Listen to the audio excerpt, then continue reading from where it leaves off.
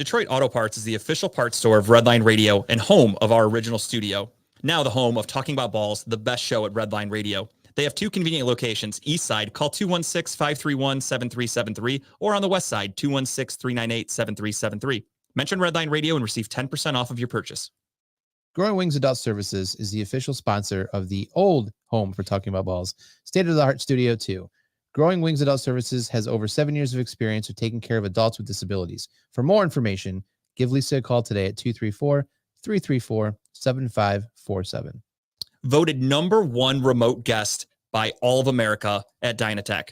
Talking About Balls. We're here to tell you that Dynatech is the best. As testified by many satisfied customers, their diamond saw blades are the fastest cutting and longest lasting. Customer satisfaction is how they measure success. Their engineers are always available to help you troubleshoot and solve a problem on your job site. Dynatech is the only saw blade company recommended by the pavement marking manufacturing industry. Located in Elyria, Ohio, Dynatech is committed to being the top diamond saw blade company around the world. Their products include saw blades, abrasive blades, pavement marking blades, core drill rigs, core drill bits, high-speed gas saws, masonry saws, walk-behind saws, tile saws, other construction equipment. They stand behind their products with a warranty and customer service that keeps their customers satisfied and earns us the ranking of best in the industry. Dynatech. Contact Dynatech today, 161 Reeser Court, Elyria, 44035, or call 1-800-446-9001, or visit their website, dynatech.com. Do you like NASCAR? Do you like collecting NASCAR items? No.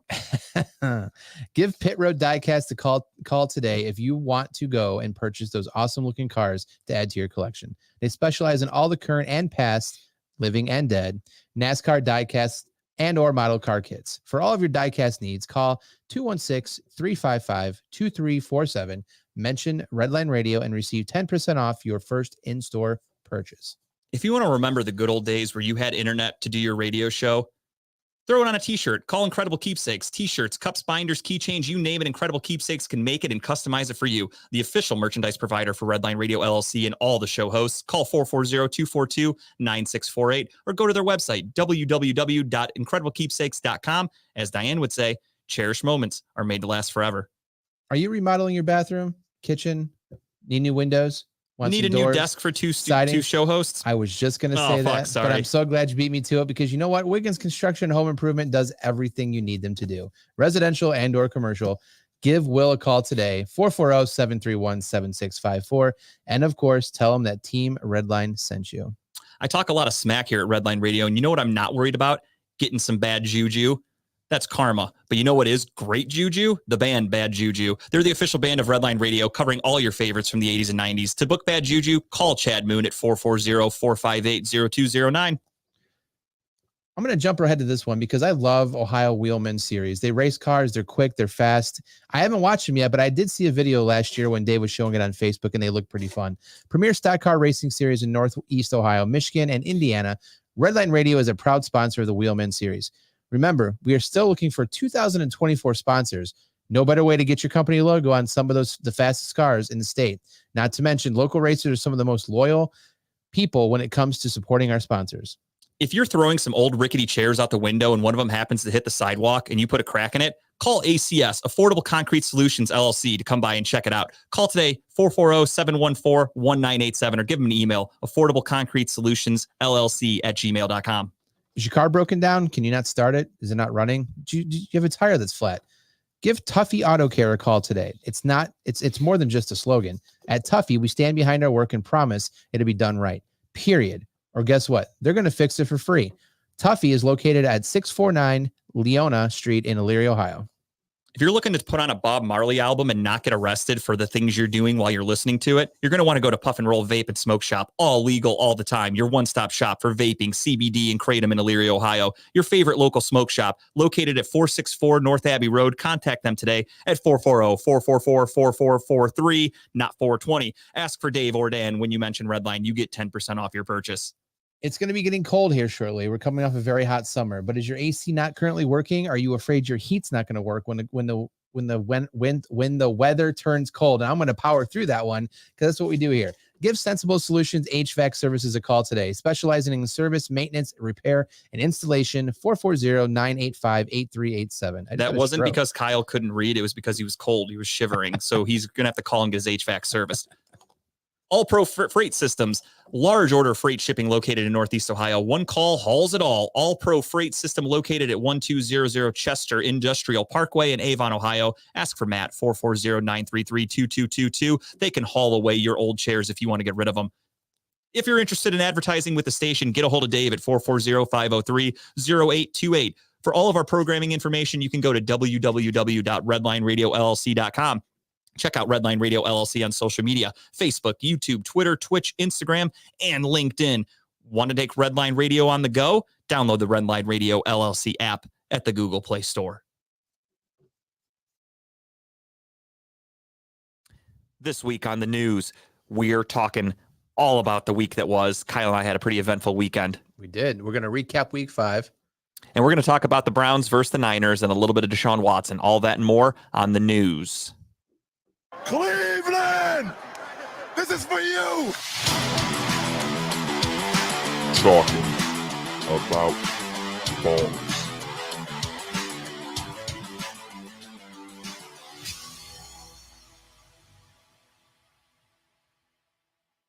Ladies and gentlemen, welcome to Talking About Balls.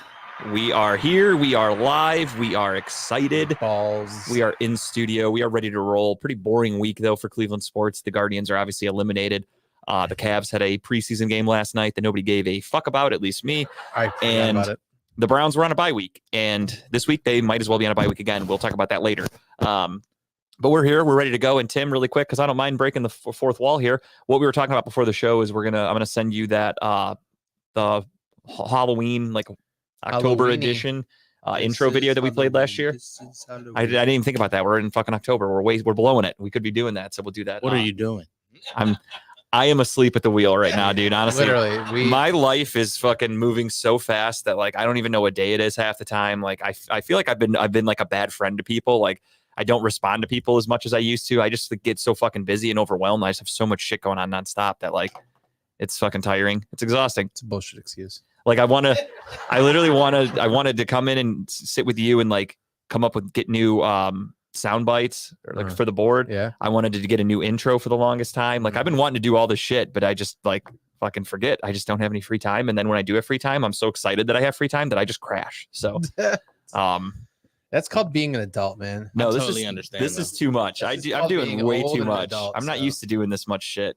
It happens. Speaking of another Yeah. fucking busy week that we get to recap, but how are you guys first and foremost? I'm similar in your exhaustion because I'm fucking tired. Mhm. I don't have as much going on in my life as you're I'm sure going to talk about here shortly, but I've just been a long weekend, great weekend. Sure, I sure. don't want to jump ahead, so I'm sure what you'll want to talk about. Justin and I went.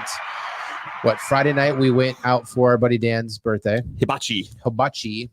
We partook in some amazing sake, more than we probably should have.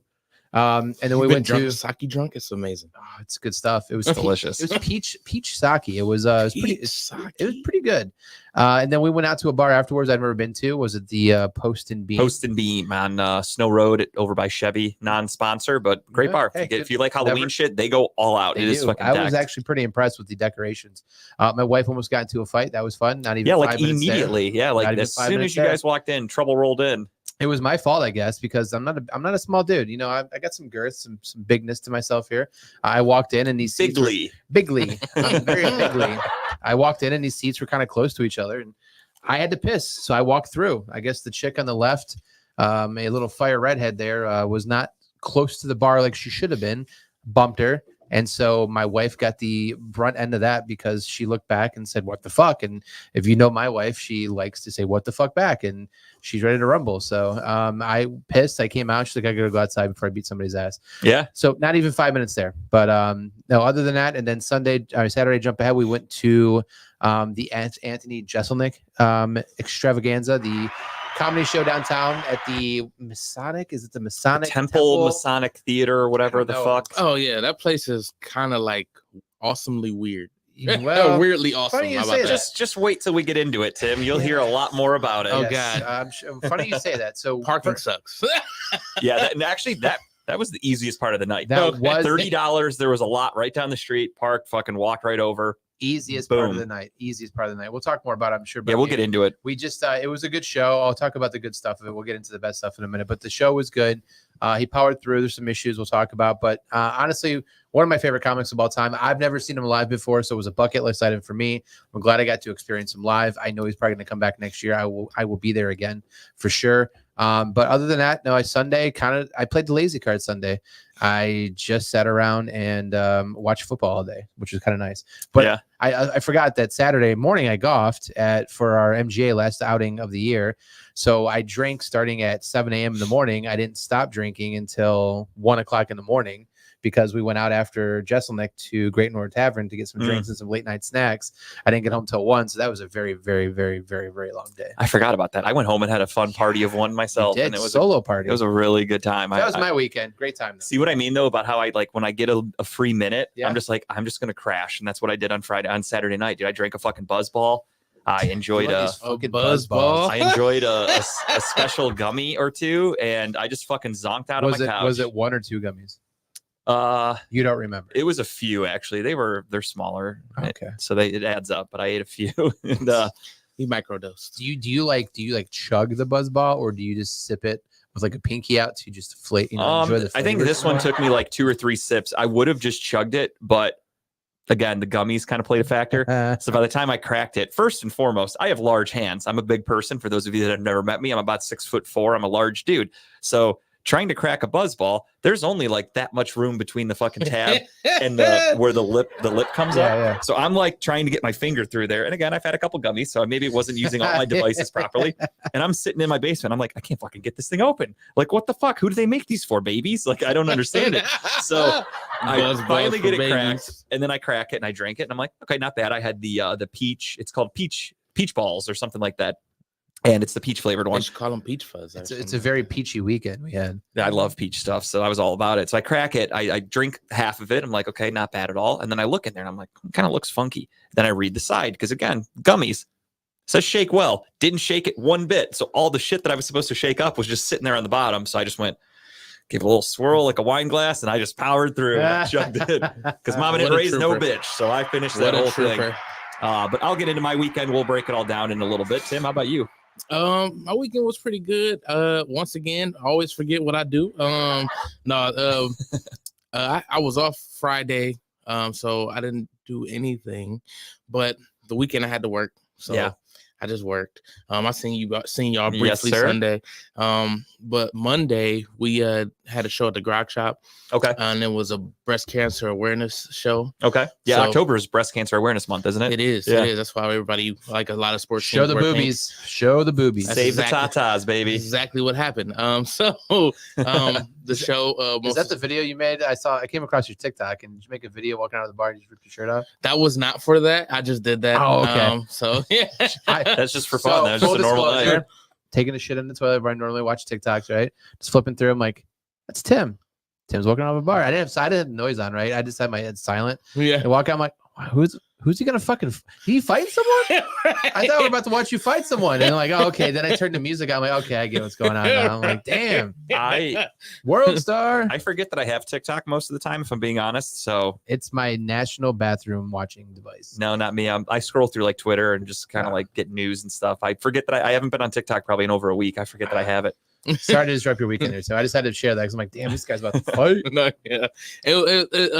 Shout out to Precious, comedian Precious. It was kind of her idea. Because I was like, I want to get my followers up. She's like, all you got to do is just play some Bone Crusher and take your shirt off. I was like, well, fuck it, we do it right here. Did it work? No. Oh, damn it. Well, I should say it's working. I guess I got a couple more followers after, but I'm not where I want to be yet. But Are you to the 1,000 yet that you can go live? that's what I'm trying to get to. the Trying to goal? get to Gotcha, 1,000. Gotcha. I'm at- That was our goal for Our show. our show. And then again, I forgot about TikTok. So Yeah, that's me just being bad as a social media representative. And I'm not I it's, think- it's probably really hard to think get to 1,000. 1,000 I think anyway. 1,000 is bullshit. It should be like 500. Actually, It they should should be, let but- you go live whenever you want. Yeah, to. like if I I'm think so, too. TikTok, I'm like, or just let everybody do it because then more people would want to use it. Because if there's somebody out there who's like, hey, I have 800 followers and they're doing their show on YouTube, like TikTok's missing out on all those people using their app. I think IG might be the same. Oh, really? I think. Yeah, but it what if might. it's like I've never actually tried to some go live point on where it's like you IMDb. just want to turn on live and like play a video game like you're a younger guy starting off his career and like streaming, right? And like I don't have any followers, but TikTok's a good way to get followers because everyone's scrolling through everything, right? I would just go to chat roulette and jack off if I was trying to get Hey. followers. That's how I would do it. That's so funny. But Monday, because of the show, the comedians had to take their shirts off. So I went on stage, act like I wasn't gonna take it off, and I was like, "Fuck all this." And it was great. It was a very just free set. Like I didn't even Fuck yeah, like, dude. you know, a lot of times I say I go on stage unless it's like a something that I'm kind of like planning and practicing for. I usually just go up there in free form, like, you know, Yeah, just kind of absolutely. right off the neck. So Yeah, you're just doing a fun show, just trying to make people laugh. It's not Yeah. like, you know, you're not at the Apollo trying to get advanced to the next round. It's just Yeah. you're just having fun. basically, Yeah, fuck yeah.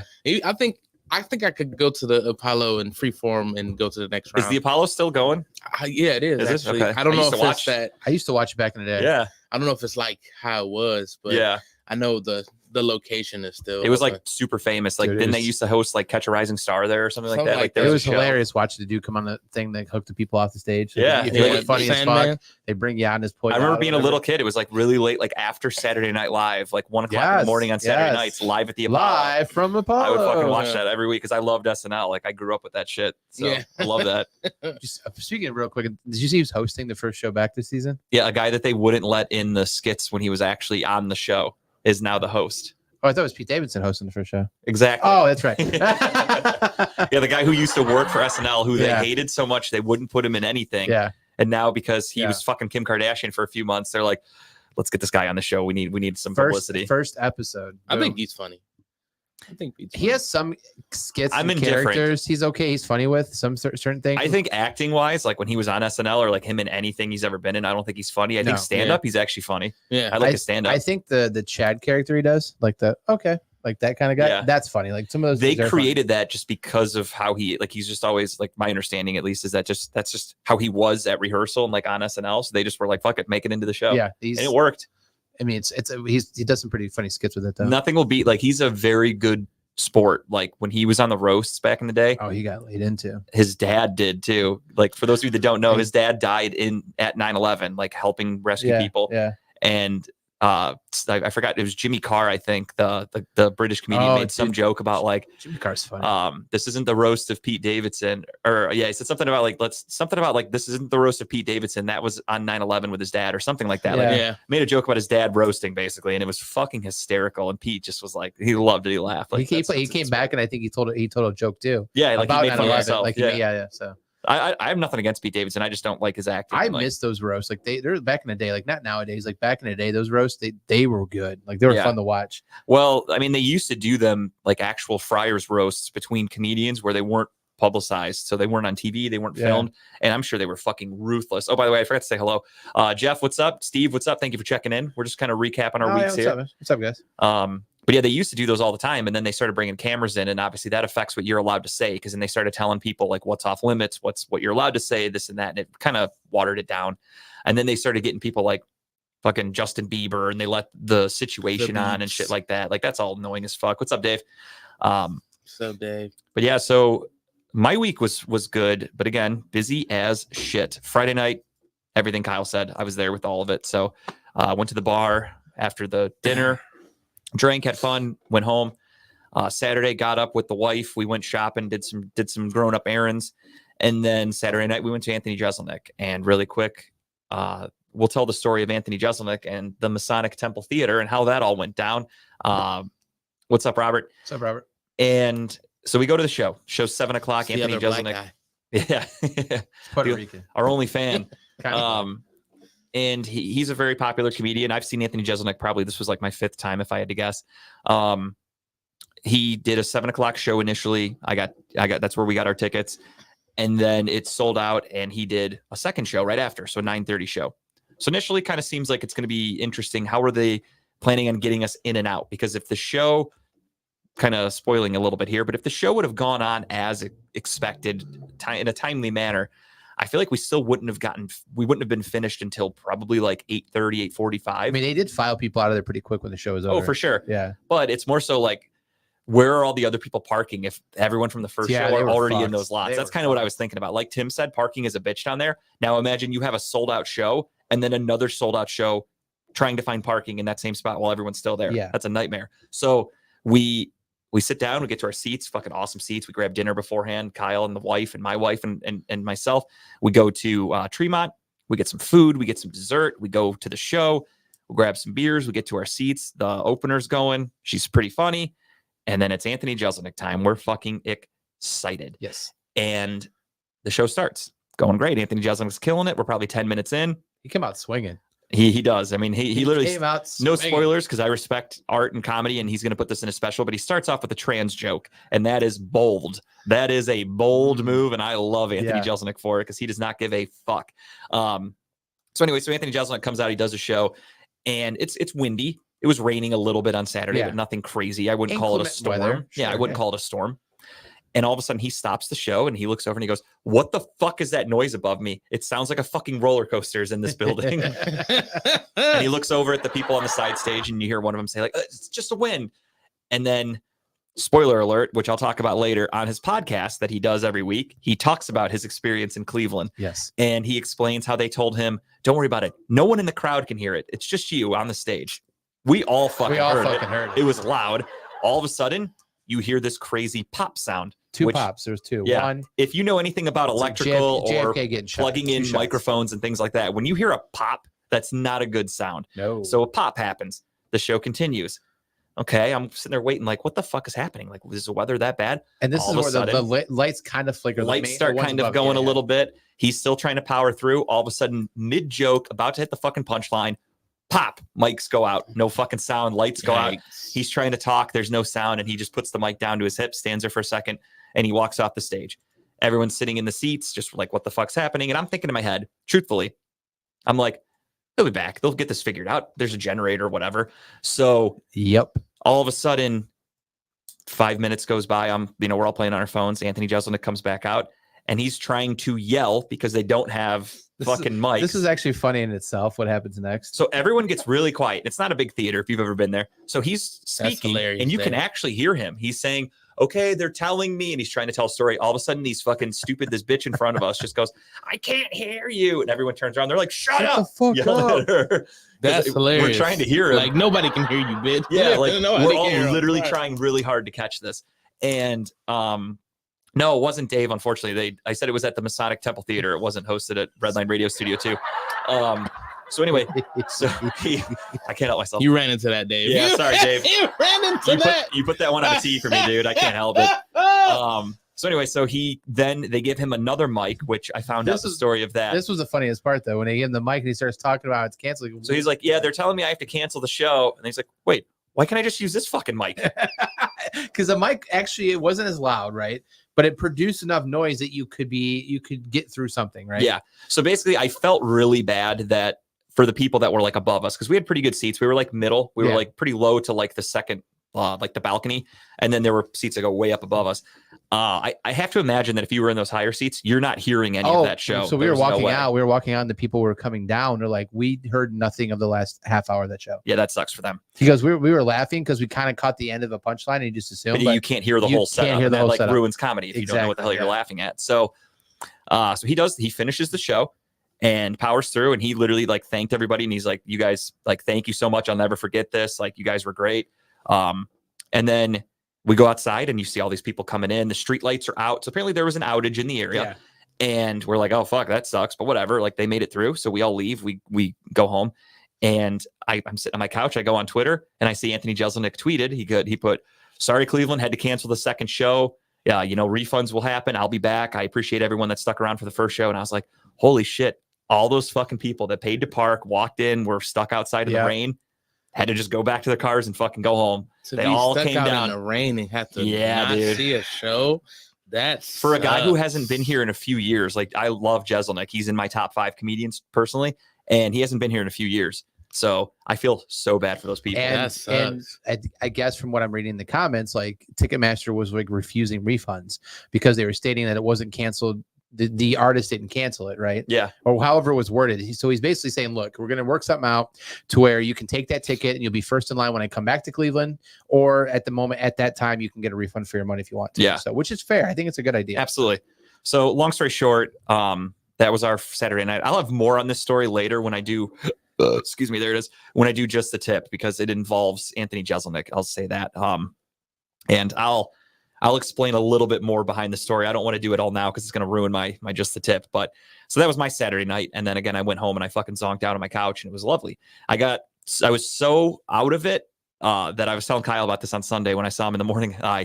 I couldn't focus on one movie or show at once. I cycled through like 3 or 4 different movies and shows because I would start something. And then like 20 minutes in, I'd be like, all right, I got to find something else to watch. And then I would just change it. And I'd be like, oh, I haven't seen this movie in years. Like I put on Small Soldiers, classic movie. Yeah. I'm like, fuck yeah, I'm so excited. Probably 3 minutes. And I'm like, I got to change this. Dude, I thought that was just me. Like I had a problem. Like in my head, I'm like, dude, I really want to watch this. And then when it's actually on, I'm like, no, I don't. And I just find something else to watch. It was bad. That's I finally me on YouTube. I settled on Ernest Scared Stupid. I settled on that. Oh my That's God. a classic. You know what I mean? You're doing all the old school shit. Huh? I love that. I love old shit. So I started off. There's a comedian that I really like. He has a show on HBO. I'll give him a quick shout out. He had a show on HBO, I should say. Actually, it was on Adult Swim, but it's on HBO Max now. Joe Pera is his name. He's a comedian. He does like a character. So he's super Midwestern. He's probably like our age, but he looks like an old man. He has like his shirt tucked in. He's like, well, I tell you what, fellas, like he plays like it's funny as fuck. If you ever get a chance, check it out. So he just put out a special on Friday night, but his Not comedy Harlem Nights. So the state that I was in, Joe Pera was too much for me. So I watched like 20 minutes of his special and then I was like, I can't do this. So I put on Small Soldiers. I'm like, nah, I can't do this either. And then, I finally settled on Ernest Scared Stupid. I watched probably a little over an hour of it. And then I was like, all right, I'm gonna go watch the rest of it in bed. I went upstairs. See, and laid see down. when I'm high, I'm more of like, I just focus. Like I'll take a gummy or I'll just play a video game and just be locked into it. I do that once I find something I can settle on. Yeah. It's more so I couldn't find something that I made got me you, though. relax. Okay. Like once I got Ernest on, I was like, okay, this is something I'll sit through this. I sat there and watched it. Yeah. And that was my Saturday. Then The K is not near the end, Dave. I mean, it is, but it's not that close where you fat fingering it. Don't be a menace would have been an acceptable answer. Yo, too. what keyboard are you using, dude? Just take it, Dave. It's the jitterbug keyboard. Yeah, you gotta- big old letters. You gotta take this L, bro. I'm sorry. Take the L, Dave. And then, speaking of Dave, we get up Sunday morning. Kyle and I were so hungover. graciously So hungover. guests on Steel City Running Lates. That was fantastic. Thank you to Chipper and Dave, the 2 hosts of that show. Fantastic hosts, great show. They changed their format up a little bit this week, and it was phenomenal. Loved every second of it. It felt like a different. It did. It felt atmosphere. like there was a relief. There was a It just was great. I loved every second. I had a smoother really good time. transition, great conversation. No hesitations. Cameras they- worked. Some editing, and it looked, Sound was on point. Was it running late? yes, it did. Yes, but yeah. I Partially, was joking. partially kind of us. I mean, sucks. I was running a little behind, and like same thing with Kyle. Like I got up, I was really tired, and I'm like, I need some breakfast. So I went and grabbed some food, and then I ate the food in my car. Like we walked up here probably at like 9:50, give Yeah. or take. It wasn't super late. We walked in right on time when we needed to be here. And then they just kind of were fucking around a little bit with some stuff. And the next thing you know, it's 10 o'clock, and Dave's like, oh, hang on, I got to do this and I got to change this. And then it was only a few minutes, but yeah, they lived up to the name. And then after that, I went home, watched a little bit of football. Then I had to leave again to go to my I niece's had a birthday grocery party. shop. Ugh. I would have rather grocery shop. Nothing against my niece. I did hear you say that. We were there forever. I didn't want to be there that long, I should say. So that was my Sunday. Came home and got ready for the work week. And then Monday, a doctor's appointment. Tuesday, another doctor's appointment. Golfed. I saw that. And then You golfed in jeans. no. Okay. Okay. I wore some khaki I pants. thought maybe you were golfing in jeans. Like, there's no fucking way. I thought about it. I mean, the weather was perfect for jeans yesterday. I wore jeans all day. And then the big news that Tara and I are happy to share now officially. Been holding this one in for a while. We have our baby girl, Theo Reagan George, coming to you live in early 2024. Thank you, everybody. Thank you, gentlemen. You getting the pussy. I'm proud. Hey, That's not the problem. That's not a problem ever. So yeah, we are having a girl. No, it's and not because this boy just gets it thrown at him sometimes. I mean, I really do. We could talk about that if you want. I can't help that, bro. I got the Kavorka. I got the Kramer Kavorka. I get hit on and I don't even do anything. Funniest shit ever, man. But I So want to go take it. let me finish this first, and then we'll talk about how I get hit on in public. Yeah. Obviously, Good these two stories are good very transition. correlating. So anyway, yeah. So we've known for a long time. We found out the sex a little while ago. Just been keeping it in, and obviously everyone knows last year. Yeah, you kept it in. Yeah, Hey-o. yeah, damn right. I don't leave, bro. I'm like that couch. I don't pull out, bro. So obviously last year we went through some shit, and they found some defects with the pregnancy we had. And to avoid, obviously we've been on edge. Like that's the other thing of like how stressed I've been and how I don't even know what fucking day it is. I have been just a nervous wreck because this week we had our 20-week scan, which is the big one, which last year they found the issues. And to be safe, because there were heart issues last year, we went and saw a pediatric cardiologist on Monday. Flying colors, everything is perfect.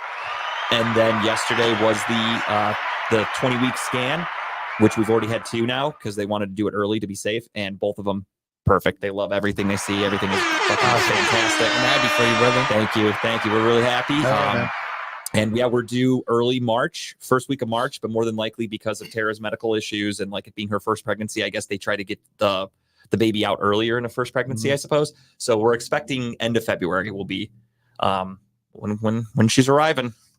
So not too far away. So pumped. Yeah, it's exciting, but it's nerve-wracking. I'll tell you that. Yeah. So that's the news there. And then, yeah, back to how chicks want me to cheat on my wife. Let's get to that. Let's get right into it. Yeah, God, this happens. Should I leave this picture up for this? That's not a bad idea. Oh shit, dude! You got hit on again? No, Is that David the Joker? Njoku's face. Did you see that? No. Oh my god, I'm gonna send you that in the chat, Tim. I will. Should I text that or email? What's easier? It don't matter. I'll text it just because it's easier for me. Damn. Yeah, that is not a Halloween costume. But yeah. So long story short, I'm not trying to brag. I don't talk about it often. I get hit on every once in a while. Nothing I'm doing. I don't hit on people. I get hit on. There's a huge, vast difference. So Kyle can attest. I've been witness to now 2 of these. Oh, I forgot about the concert. I didn't even think about that one. Yeah. So we're at the Ice Nine Kills concert. We're backing it up a little bit. Yeah. This will go back a couple of months. Change that background picture, Tim. So, whoops, I almost sent it to Tara, ironically enough. So we're at a concert a few months ago, whatever. It's me, Kyle, and our friend Dave. And we're there, we're having a good time, and these girls just come and stand in front of us and watch a show, whatever. And there's just normal concert talk going on, whatever. You're just, having fun, everyone's drinking, having a good time. And then all of a sudden, there's 2 girls, there's like a redhead and like a little brunette or something, I think. Yeah. And one of them the little brunette looks over and asks Kyle if I'm happily married because she's trying to set me up with her friend. Yeah. And Kyle's like, yes, he is. And like, I was like, hold on, what, happily married? Like, that's not, is he married? Is he happily married? yeah. So I'm like, yeah, he is. Yeah, thanks. And whatever. And that was that one time. And it was funny because we were all just there, like, just enjoying the concert. And we would take turns because we'd leave to go get drinks, whatever. And like, we would just like hold this spot, hold this. Yeah, like our group would leave, their group would leave, and then we would just tell them, nice, like, we won't let anybody take your spot. Like, do the same for us. Like, no problem. And then, so that was one time. And then the next time was last Friday. We're at the bar. I literally didn't acknowledge one person in this bar other than my friends group. We had a large group. We were taking up 2 tables. So 2 finally, separate tables. Yeah. The one table, pretty much everyone leaves. So where I'm like, all right, well, whatever. I'll relocate to the next table. So I go stand close to them, and we're all just having a good time talking. And I still feel this was a setup. By Tara. Still feel this was like, where's the cameras? I'm getting punked. This is the show Cheaters on Cheaters. VH1. Tara's outside in the van with the camera going, go get him. I'm standing there. I'm just literally drinking. I didn't fucking look at anybody. And then somebody, like, there was plenty of room because at this point the place had kind of dispersed. And all of a sudden this girl bumps into me, and I'm like, oh, excuse me. And she's like, oh, I'm sorry. I'm like, don't worry about it. That's it. She commented on your Vans hat then. And then she turns around and then she goes, oh, I'm sorry. And then she's like, I really like your Vans hat, by the way. And I'm like, oh, thank you very much. And she goes, and I'm also inquiring for a friend. Are you single or married? Yeah. I'm like, I'm happily married. Thank you. And she's like, oh, okay. All right. See ya. Walks away. Never saw her again that night. Never again. Never. You would think didn't even that know she existed. fucking Mary Poppins her way out of that fucking bar Because we actually, after it happened, we were all kind of in shock, and then we were like, I'm like, I want to see who she's with. Like we're all, inquiring minds. And then we looked around, couldn't find her, vanished. So and a that bar- ghost. and the bar's not big, right? No, So no. you But can there are a see. lot of pillars around, Yeah, so there yeah. is a little bit of blockage. I didn't go walking around the bar looking. No, that would by have been any strange. means. It was a but- quick look around, and she was someone you probably could notice, right? I mean, I'm just being nice here, but you probably could Yeah, she was- recognize her. Yeah, absolutely. But but we looked around, gone, and so it's like one of those things. I looked at Justin, I'm like, Tara's outside right now, just whatever, just like. Hey, I texted her to come up there, and yeah, Steve's got a point, dude. That's me when I go buy my car. The guy's like, "What are you looking for?" I'm like, "The pussy magnet." I can't help it. So now tell the story. What's up, Vanilla Face? Tell the story about today then. And then, oh yeah, today I forgot about this one. So I go to fucking KFC on lunch just because I'm like, I'm hungry. I haven't had KFC in honestly probably a year or so. I'm like, I'll just go to KFC really quick. Ironically enough, I'm on the phone with Tara while I'm driving to work or to lunch at work. Set up again. And I'm talking to her and I'm like, hang on one second, Tara. I'm like, I'm gonna order really quick. So I'm like, let me get the whatever, with fries. And they're like, all right, whatever, your totals, pull around. I'm like, all right, pull around. Literally talking to Tara, hand the lady my card. I should preface this. The woman working the window was the only human I actually saw. Don't think this is the one who did this. Very butch lesbian. Is that allowed to say? Am I allowed to say that? Am I going to I think it's double entendre. I mean, they're both the same. Okay, so a butchy woman. There you go. There we go. Not witchy woman, butchy woman. So a butchy woman is running the window. She takes my card. She hands me my drink. She hands me my bag of food and my card. I go back to talking to Tara. Drive to work. I hang up with Tara. I sit down. I'm eating. All of a sudden, I look in my bag. They put my fries in a separate little paper bag. I'm like, oh, that's weird, whatever. So I go in there and I see this big sheet of paper. And I'm like, is that my receipt? Why is it so fucking big? Pull it out. And it says 216, blah, blah, blah. Ryan with a smiley face. We don't know if Ryan's a dude or a chick yet. Let's preface that. What's up, man? Let's preface with that. But I mean, purple pen. It was purple, purple right? pen, kind of girly little smiley face. That and was someone definitely named That Ryan. was definitely the butch. I don't know. That's the only person I saw in there. But does the person working the window, I've never worked in fast food. Does the person working the window see the cars as they're ordering, or is that somebody else? Because whoever has eyes on the camera would be my assumption would be You might not have a camera. Like you might. Sometimes I know when I was back there, we didn't really have. Oh, really? No, Okay. I think I was just assuming they I'm must have seen me because they whoever's- put it in the bag in advance. Like I wasn't up there that long. I mean, Ebony. it probably could have been the person. Hey, what's working up, the Ebony? window. You get your. What's up, Adam? What's up, Ebony? You get the bag. She looks at you. She's like, oh shit, I want to go toss that dude salad. Hey, Ryan, smile, throw it in there. If bro. she would have wrote that on the note, maybe I would have texted you. What's up, Ebony? Great seeing you. But yeah, so I got hit on twice this week and three We're times going within for the a last record. few months. And I think I told everybody about I didn't talk about it on air, and I don't want to bring it up again because Tara was not happy about that one. But St. Patrick's Day, I think I got roofied. I was there. And then For part of it. I think I got roofied, and then some chick was all over me, like right in front of Tara, and like tried to kiss me multiple times. Man. It got weird, dude. Total compliment, Adam. No, dude, I don't mind. I'll take it as a compliment. I've been hit on before. I have been hit on by a gay guy before. Yeah, it doesn't bother me. I just politely say like, oh, no thanks. Yeah, that's it. I'm not on that team. All good. I play for the rivals. You know what I mean? You're the Steelers. I'm the Browns. You know what I mean? Or maybe it's the other way around. Right now, it's the Browns for sure. But yeah, no, that was my week. It was interesting to say the least. I mean, it was a busy weekend. Had a Yeah. great time though. Great Yeah, time. no, it was fun and fun as fuck. Just again, super goddamn busy, and it never fucking. We'll make this ends. a segment too. BS / has Justin been hit on this week? Yeah, we'll have like a counter behind you to be like, how many times I've been hit on this week, or like how many days without getting hit on, and we just started at zero. We need to get a picture of Tara just being pissed and make that the background while we talk Oh, about that's it. probably exactly it. Oh, I'm sorry. What? No, what'd you say? I was reading Steve's comment. He said they were listening to when I said I'd let Taylor Swift peg me. Oh, So now all of a sudden I'm getting hit on like Yeah. crazy, dude. All right, thank you, T Swift. That's what Ryan's like. Ryan's like, yeah, wink, wink. Hey, I'm all right with that. I got wood you can get pegged by. So no, I'm saying we should make a picture of Tara just being pissed off and make that the background as we talk about this every week. Yeah, I'm okay with that. Segment. I could get some pictures of her looking fucking feisty, so that's fine. It's crazy, Um, Adam, because the one guy that I particularly remember hitting on me, and I told him, "No, I'm cool." I asked him, "I was like, do you just do this for reactions?" He's like, "Yeah," and it's like it's turning me on more that you're not getting upset. I'm just like, "Oh wow." Then you should have been like, "Let's fuck." And see what he says. Just call his bluff, dude. Call his bluff. He's like, it's turning me on. You're like, drop those fucking pants, big boy. I'm gonna twist that dick. Twist it. No, so actually, like I used to work promotions for Miller Lite with my sister-in-law, and there was actually an event at it was like a gay pride festival or some shit, and they needed somebody to work, and they went to her. This was before I started with them, and they went to her, and they're like, "Do you need dudes like kind of good looking, like whatever that could do this?" And she was like, "I could ask around," and she asked me, and I was like, "Oh fuck, a gay event?" I'm like, "I'm gonna get hit on, I bet." And I was busy. Otherwise, I would have done it. I kind of wanted to see what it was going to be like. So then I just did a bunch of regular fucking promos at bars. I don't think I got hit on too much with those, but It's okay. yeah, hurt my self-esteem a little bit. But whatever. It was that Miller Lite shirt I had to wear. It wasn't getting the chicks. How tight was it? Tight? Was it like What, the shirt? Was it really tight? Oh no, these were normal events. It was a regular size shirt. If it was the gay pride event, dude, I whipped out your I mean, it is a great sweatpants season. So damn right it is. I wear those year round. I would probably start wearing them at the bars and see. I would have just gotten a temporary Miller Lite tattoo and just put it on my chest and been shirtless if I was working that gay pride event. That's all it takes. I don't need your fucking uniform. I got my own, dude. But yeah, so that was my week. Fucking event full of shit, fun, and yeah, all these stories. I appreciate you guys enjoying them because these are all fucking true stories. Yeah, I actually have another kind of funny story that I'll out myself on, but it's got a funny twist. So speaking of twist the dick, twist the dick. That's the new segment. Phrasing. Twist his dick. So we had our buddy Romer's wedding, friend of show, the wrestler Dan Dr. DCR.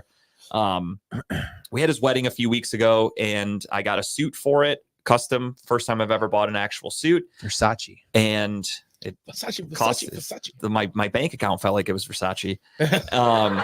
And it's dry clean only. Never had a suit like that before, and I'm an idiot because I'm irresponsible. I'm immature. I washed them. Oh my God! I put them in the washing machine. Didn't think anything of it. I thought, what? Dry clean only is a suggestion. It can't be real, right?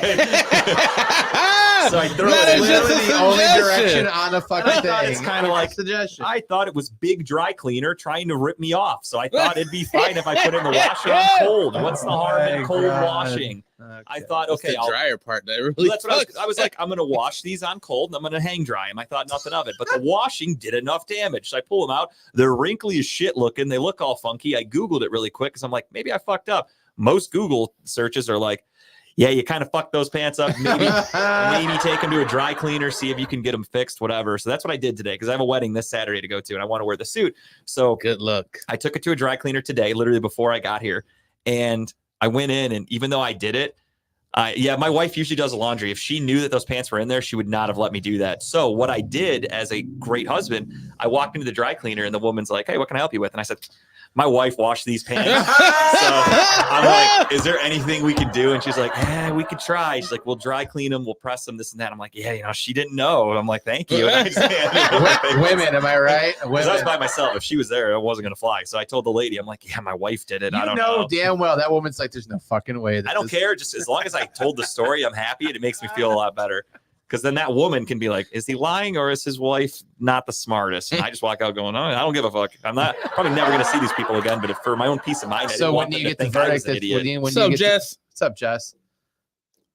When do you get the verdict that you are going to have these successfully done? So the woman said probably Friday evening or Friday afternoon or possibly tomorrow even. Cutting it close. Cutting it real close. Thank God for Amazon overnight delivery. If I need to buy new pants, not going to match my suit as well, but are I will. Are going to be dry clean only then too? I mean, no, if I go off Amazon, I'm getting cheap ones. Just newsflash. If it's on the tag, go by what it says on the tag. Yeah, lesson learned. And I didn't realize how cheap dry cleaning was. How much was it? It's like a couple like bucks. $4.80 for like the whole thing. I thought dry cleaning was expensive. So I'm like, I'm not taking a fucking suit to get dry cleaned every time I wear it. That's absurd, it's dude. More of a nuisance because you have to go find a fucking dry cleaner to drop it off at. I Googled it. There's one very close, right on Pearl Road. Nice. I went there and I came right down Pearl right here to the studio. It worked out beautifully. It only added an extra like 2 minutes, but I don't know, dude. I don't know shit about washing clothes. The more you know. Yeah, now I learned. So yeah, if I don't have pants on Saturday, now you guys all know why. That's the best I can tell you. But yeah, that was my day. Get hit on more. You're gonna get hit on again. No, it's a lot. It's all Terrace family. So if I get hit on, shit's gonna get real weird. All right, shit's gonna get real weird. But yeah, so that was my day. Today, at least, I threw my wife under the bus. I got hit on a couple times. I'm a shitty husband. I think I'm just not a good person. I think we're just establishing. I love how we transitioned from this nice, beautiful baby you're gonna have in a couple months to. Let me tell you about the time that I almost. Yeah. I almost Hey, get my my ta- wife- my my wife and I are solid having a test. baby. Let me tell you about some chicks that really want to fuck me. And let me tell you about how I told the dry cleaners my wife's an idiot. That's what a good husband does. It's good. You take the good and the bad. Yeah, I Googled it, Ebony, and there actually are quite a few dry cleaners still. I'm very happy about that. So that made my day. The one was just, I looked it up and it was right on Pearl. And I'm like, fuck it. That's like 2 minutes out of my way. And then I can just shoot down Pearl right to the studio here. So it worked out. And yeah, Robert, I saw you did a great job golfing. You won it all, your check. He paid off some higher end people to get that score of his. Yeah, I didn't want to be the one to say that, but I heard there were a couple asterisks next to it, and people have reason to believe your score is not your actual score. I will say we went to Ridgewood, Tara and I did on Tuesday to golf a little bit, Congratulations there, Robert. Proud of you. and I shot a 53 on 9. Oh, Oh. for a second there, I'm like 18. I'm like, God. No, damn. no. We only had time for 9, but I shot a 53. That Good job, wasn't man. terrible. Best, so best 9 you've had? I don't remember actually. It's been so long, I lost track. I'll have to go back and check. There's some of my sometimes if Facebook you posts. take time off from golfing and you just go and play, like you just forget all the muscle and you just hit the ball and Oh, I started off great. yeah, you do better. Truthfully, I got worse as the day progressed. I think my body was I hadn't golfed in over a month. So I think Yeah. I was getting a little tired, but I started off doing great. Yeah. I actually I missed 2 birdies. I was very fucking close to getting Wow. 2 birdies, and I had a couple pars. Like I actually golfed really well. I Good job, did man. very good. So yeah, let me keep practicing a little bit, Robert, and then I'm gonna go out there and whoop your What fucking you should, ass. you're gonna dude. join the MGA next year? No, this is gonna be non-sanctioned, just me versus Robert, because I need people to not be Robert's boy that apparently work for MGA that fake his fucking score for him. I need some fucking neutral parties watching, keeping score. We'll each get our own carts, and we'll have a partner with us who is not golfing. And I want cameras. I want this to look like that shit they did with the Steph Curry, Klay Thompson, and Mahomes and Kelsey. The match. I just want to drive the cart. It's just the match. So yeah, that's perfect. Kyle can ride with Robert. Tim, you can ride with me, and we're just gonna golf. And I want you guys. I trust you guys to keep score properly. And I'll just get drunk. I'll talk mad shit. We're both gonna be drunk as We're just gonna shit. get fucking toast. And then no one's gonna be able to keep score anyway. You're gonna be like, guys, what's your score? Me too. Be like, That'll be score. that'll be the best part though. If you guys are all fucked up, I can come on and be like, Let's have a couple gummies It's first. 6 beers to me versus 5 of Tim. That's our score right now. I'll come out and tell I'll just lie and be like, I beat him. Like you guys are all fucked up. You're not gonna remember anyway. So $100. $100 shit, Ooh. dude. Hell yeah. You just write that shit down with a pencil. I'll beat you because I'll just cheat. There I don't you give go. one fuck. I got Tim on my side, dude. Tim will lean forward, he'll be blocking me as I'm erasing and Well, putting in now lower scores. with Robert's win on Saturday, he now joins the World Championship part of Las Vegas.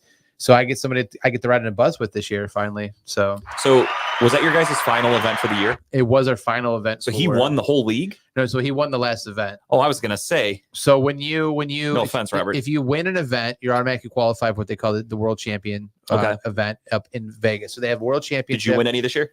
I know, but I scored high enough in each Okay. one that I'm in it because Okay. that's how many points I got. So I'm in it too. But with him winning an event, you're automatically put into it. Gotcha. So you play, and there's 2 groups. There's WC, which is World Championship, and they call Born Harry, which is just like they make fun of like PGA, which is Corn Ferry. Oh, okay. So okay. that's their like lower level. So you go to 2 different golf courses and golf for the weekend. So now Robert's with me. So I'll be probably riding with him on the bus. Hopefully we get partnered together or some shit like that. So it Fuck should be yeah, fun. dude. That'll be sick. Yeah. Another thing is we get to sleep in an hour later than the other group who gets to go out before we do. So we get So you need that in Vegas. You get that extra sleep. Who won this year for you guys? There's that I not. don't know if there's an overall winner. There is actually. There's a who I had thought most Dave points. won last year, right? Dave won 2 years ago. I okay. think this year was Jacob. Robert, correct me if I'm wrong. Was it Jacob or was it Sean? I think one of those 2. Nobody I know though. Nobody you would know. No. Okay. So Well, then let's stop talking about yeah, moving on. it. Moving on. Transition from that to sports. Let's do it. Yeah, what a great week for all of us. Fucking busy as shit. And I got another super busy week coming up again. I got, like I said, Tara's family's coming into town for a wedding. So Friday night, I get to go to dinner with her family. Saturday, I got the wedding all day at the zoo. Sunday, the family wants to hang out and watch a Browns game Wait, because they're who's from getting married Cleveland. at the zoo? Tara's cousin. Bunch of Okay, bunch of animals. I thought it was like some giraffes or some shit. Yeah, no, that's actually like there's a halftime and we're gonna marry a couple animals and like we're gonna watch a couple monkeys fuck. It's gonna be really, really romantic and very cool. That's just racist, dude. I said monkeys. Oh. What do you mean racist? Why is that racist, Kyle? Tell me why that's racist. Shit, he Tell me why that. Yeah. Twist his dick. So don't be jealous of my weekend, but Saturday we're going to partake in the Taylor Swift concert movie. 11 o'clock in the morning. Saturday, we're going to. You're going that early? sorry. We were wrong gonna go button. 10. Oh, that's the right button. We were gonna go 10:30 at night, but then I'm like, fuck, that's like a 3-hour fucking And show. that's a long day to like, Yeah, so fucking then wait we're for gonna that. do 11 because we're also going to Wine Your Way Out, which is in Mapleside Farms, I believe. in I know Brunswick. Mapleside. That's So right they by have like Taylor's it's like a parents' house. maze you can walk through, and then every other like the 10, 15 I've heard feet about they have that. beer and wine you can drink while you're there walking through the Yeah. maze and some shit. I think my buddy Steve, he told me about that before. Him and his Yeah. wife have done it So before. we're doing that Saturday afternoon, but we're going to watch his concert. Jess and I, we're going to watch it live, rock out with other people in the arena, get a little tipsy at like 10:30 in the morning, so I can deal with a Taylor Swift concert for 3 hours. But That's the thing, though, is you guys are going so early. Like, you're going to be there with all the young Taylor Swift fans. Like, Okay. they're going to be loud and singing and yelling. my in the wife, fucking my thing. lovely wife, made us It's nothing bracelets. like young twins. She They're made, hilarious. I mean, young fans. They're hilarious. They're she gonna be made- annoying as She fuck. made In the friendship movie bracelets theater, for though? us. What's a Oh, really? concert? So I mean, So she- this is her movie thing that's coming out, right? yeah. So it's not a movie. It's literally the concert. Like, Oh, that's it. Oh, I thought it was like a documentary. no, it's an actual concert. Oh, so they're just like, you could just watch it on YouTube, but you're going to go to a theater? Well, they don't have it on YouTube yet. They don't have like the whole actual concert, like the production. value. Oh, okay. Yeah, All right, I I guess. like Taylor Swift that much. Yeah, so this is Okay. what my wife does. We couldn't get tickets. My wife loves Taylor Swift to the show, but no. So this is like the actual concert done with high production value, like cranked up music Okay. in the theater. I respect it. So it's not paying $3,000 to watch a concert. You're just paying $19.95 your a ticket. ticket, and you get Yeah. to watch a whole concert, right? Now, are you going with anybody else? Because I actually got invited to it from Dan Romer. He was like, "You going to see Taylor Swift on Saturday?" I was like, No, "I got a wedding, dude." I am not going. Anybody else? No, we were Okay, I trying didn't to know if get- you guys like planned something on No, Saturday or Friday when trying we were to all get some- together. we were trying to get some people to go with us, but we couldn't. They couldn't make it, or they're the one Dave, my Cleary, him and his girlfriend are going to, but they're going to one in Strongsville just around the same time. So okay. people are going, who just not with us. So best I Kyle gotcha. could do. No, Yeah, it's get the you a best movie Kyle. ticket. It's the best our bank account could do, babe. I'm not paying $2,000 for a ticket. No, the Fuck best- that. $2,000. The best Kyle can do is when you guys get there, you guys actually just veer off and go watch The Exorcist or something. You see something a little bit better. Don't get me wrong, I love Taylor Swift, but I don't think I could go sit in a movie theater and just watch her concert that I'm not at. I don't know. So that's our Saturday, and then obviously Sunday we're gonna watch a catastrophe on TV. But Robert, he said Sean Connery won the MGA, so Sean Connery. that's great. Robert, if you want to go to the concert with Taylor Swift on Saturday, we're going 11 o'clock. If you want to hang out with us, let us know. We'll get a ticket for you right next to us. No, he will not go. What he'll do is he'll wait till you post that you're there, and then he'll put thanks for the invite on Facebook. That's a classic Robert move. Classic Robert. TFTI. But yeah, so without further ado, let's fucking Sports. get into it. It's the longest Sports. BS. Yeah, that was a long BS. Because we had a lot going on in our lives, We dude. did. No fucking joke. No joke. What a week. I'm having a damn baby. It's Don't allowed let- to take up an don't extra let 10 Jess minutes. see that. That's not nice. Let her see what? He Oh, said he said he hates Taylor Swift. Let's recap week 5, shall we? Let's get into it. Ladies and gentlemen, pretty fucking the worst week I've probably ever had picking games in sports, if I'm being honest. It was terrible. I don't think any of my bets hit over the reported this weekend. comment. I would too. Jinx, you owe me a soda. So next week's show is going to start off. Oh, we're covered. What did it say? Next, we're going to start off with Justin getting pegged this weekend and Kyle Sex catching. with a minor charge. I mean, it's very possible. Anything's possible. I'm talking about balls. We are willing to push the envelope, but maybe not that far. Some things you just don't push. Yeah, not And pushing that that. is in my ass or a child's ass. Let's preface that. What's the song from It's Always Sunny? I don't diddle little kids. You just sing a song. But yeah, so Thursday Night Football is where my train immediately was derailed because I went out to eat with my friend and his wife. We went to Rivals on Thursday night. We started watching the Thursday Night Football game. Nice. And we're sitting there, and he's not a huge gambler, so he had some free bets to use. So he's asking me for my advice. So I set him up with a nice little parlay. Had to add up to at least a plus 300 in order for him to use the free bet or whatever. So I helped him. We figured out a perfect one, got him to plus 300. I don't think any of them fucking hit. Damn near none of them hit. Was that the Bears and Yeah, the Bears and Commanders. I'm so so pissed about the that. Commanders or the Bears suck. The Bears were a team that hadn't won a game in like fucking almost a full season combined. I thought they were gonna get their asses kicked in Washington. Washington's been playing pretty well. Their offense is scoring. Sam Howell's getting sacked at an alarming rate, but he's still managing to throw touchdowns and score points. And he goes out there, and the first half they shit the bed. Yeah, I mean, I had a lot of bets. I think I missed some of my parlays by like maybe 20, 30 yards, but I got fucked by the receivers in Washington side. Yeah, I had him They do. pegged you. I had him do Totally. Terry McLaurin for like plus 50. I had him do Brian Robinson for like over 40. Yeah. And I don't think either of those I did happened. a lot of alternative yards just to make my own or whatever. Yeah. But yeah, I got screwed by that. I boldly was like, yeah, dude, take the fucking Commanders money line. Easy money. They lost by 20. I had him do Brian Robinson anytime touchdown. Brian Robinson couldn't get a yard anytime on the field. So nothing hit. None of the picks I gave him. I think the one that hit was I told him to take Sam Howell over like 200 yards passing or whatever the fuck. It wasn't a very high number. I think he hit that. So out of like the 5 legs I had him put on his parlay, maybe one, and not great. I did text him and apologize. I'm like, my bad, dude. Not a good showing. DJ Moore had a hell of a night. Yeah, if you bet the over on DJ Moore at 2 touchdowns, then you win some great money because he had fucking 3 of them. I did see some of those bets on Twitter. Some people took the anytime touchdown. It was Justin Fields.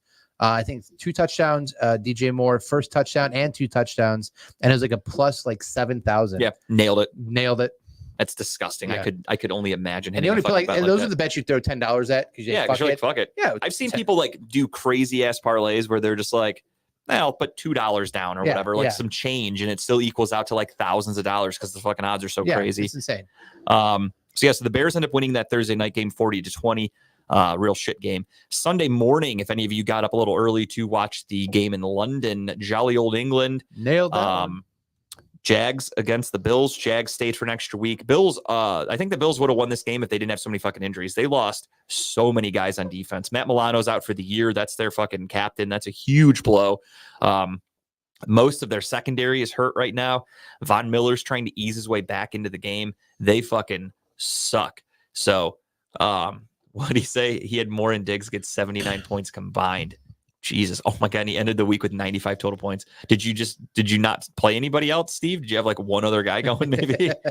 So the Jags win 25-20 over the Bills in London. Titans against the Colts. Anthony Richardson gets hurt, lands on his shoulder. He's going to miss about a month. Nobody in Indianapolis is crying and calling him a pussy. That only happens in Cleveland. With our quarterback. Titans, though, do still lose to Gardner Minshew 23-16. Saints shut out the Patriots 34-0. 2 of Bill Belichick's worst losses in his career back-to-back weeks. He did come out today and said, no changes are being made. Mac Jones will still be the starting quarterback. He just wants to bench him again. Yeah. Real quick though, I was listening to ESPN radio in my car, and they were playing. They played 5-minute clip of Boston radio of every caller calling in the day after, like on Monday morning, just fucking railroading Belichick. It was hilarious. I've never seen that guy talk so bad about before. We talked about this last year a little bit, and I won't squirrel it, but I got to go on a little bit of a tangent. Squirrel. Last year, that was the number one thing, and I just I had an epiphany, and I basically came to realize that sports fans are sometimes dumb. Well, we know that. Yeah. Not just Cleveland. All sports fans in general are usually pretty dumb. And they don't know how to process what's happening in sports. They don't understand why a coach would do something like, we can look back at that game with DTR. It was shit. Yeah. Right? Sure. Kevin Stefanski's, and I forgot who I was listening to this week, but I was listening to the radio, and there's a Browns insider, and he was like, I don't know why fans get mad at the game plan. That's how it's always been with Kevin Stefanski. His game plan is go out, try to get a lead early, and then you run the ball and let your defense win you the game. That's always been his strategy. Aggressive as fuck right away in the beginning. So when we did that with DTR, everyone's like, Stefanski sucks, fire him. He doesn't know what he's doing. He's letting this kid throw the ball. He always has done that regardless of the quarterback, regardless of the team. And that's just our style. And again, you need a quarterback to execute those plays. Though. Right. And DTR had some plays where they would look good. I mean, he started off like 4-4. I think like he was 100% passing, and then he went like 0-5, and he tossed the ball out of bounds. He's making bad reads. That's not Stefanski's fault that the quarterback can't read a defense and can't make a play. He had cold feet. You got to just a little shake. There's nothing a coach can do to prevent that. Look at the fucking the Cowboys. Like Steve said, he brought up the Cowboys there a little bit, not Dak, but Dak looked like dog shit. Dak threw like 3 fucking interceptions against the Niners. They got blown out. He's been in the league a long time. He's about to be one of the highest paid quarterbacks. They give him this contract.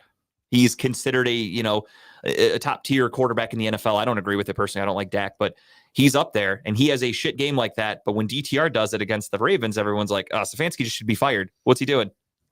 And then to be fair, they're probably telling you to fire McCarthy too in Dallas, but sometimes my buddy's a Dallas fan. He's on the fence every week. It just, they're very Jekyll and Hyde.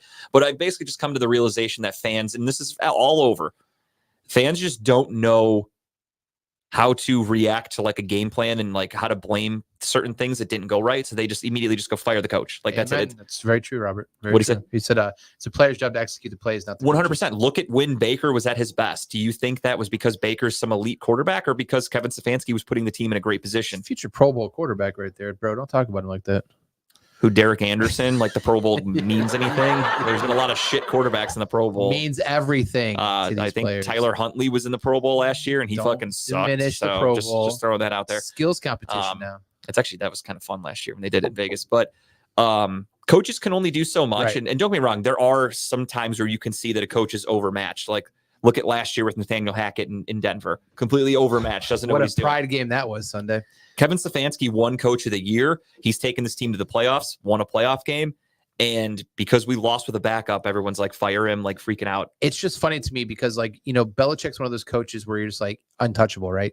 He's so he's like 2 or 3 seasons away from being the winningest coach of all time. But he's just like that coach that you don't think that you can touch. You can't really do anything. You can't say anything bad about him.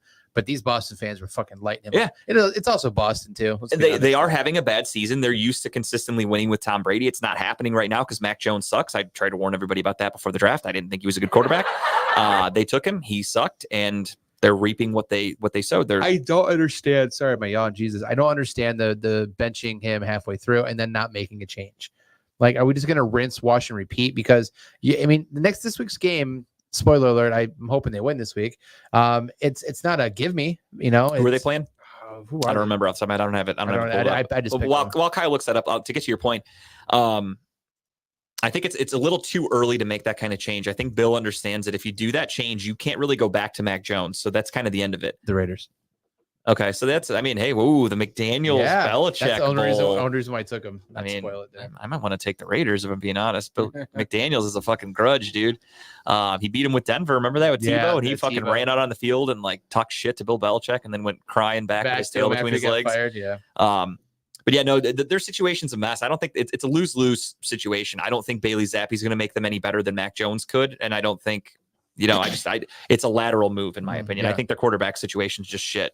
Poor New England, wah. But that goes back to Bill Belichick. Bill Belichick is I don't know who their actual GM is, but I know Bill Belichick has a strong say in who they draft and who they take. And all these shit players on their team is because of Bill Belichick. Dub, what's up, dude? Thanks for checking in, man.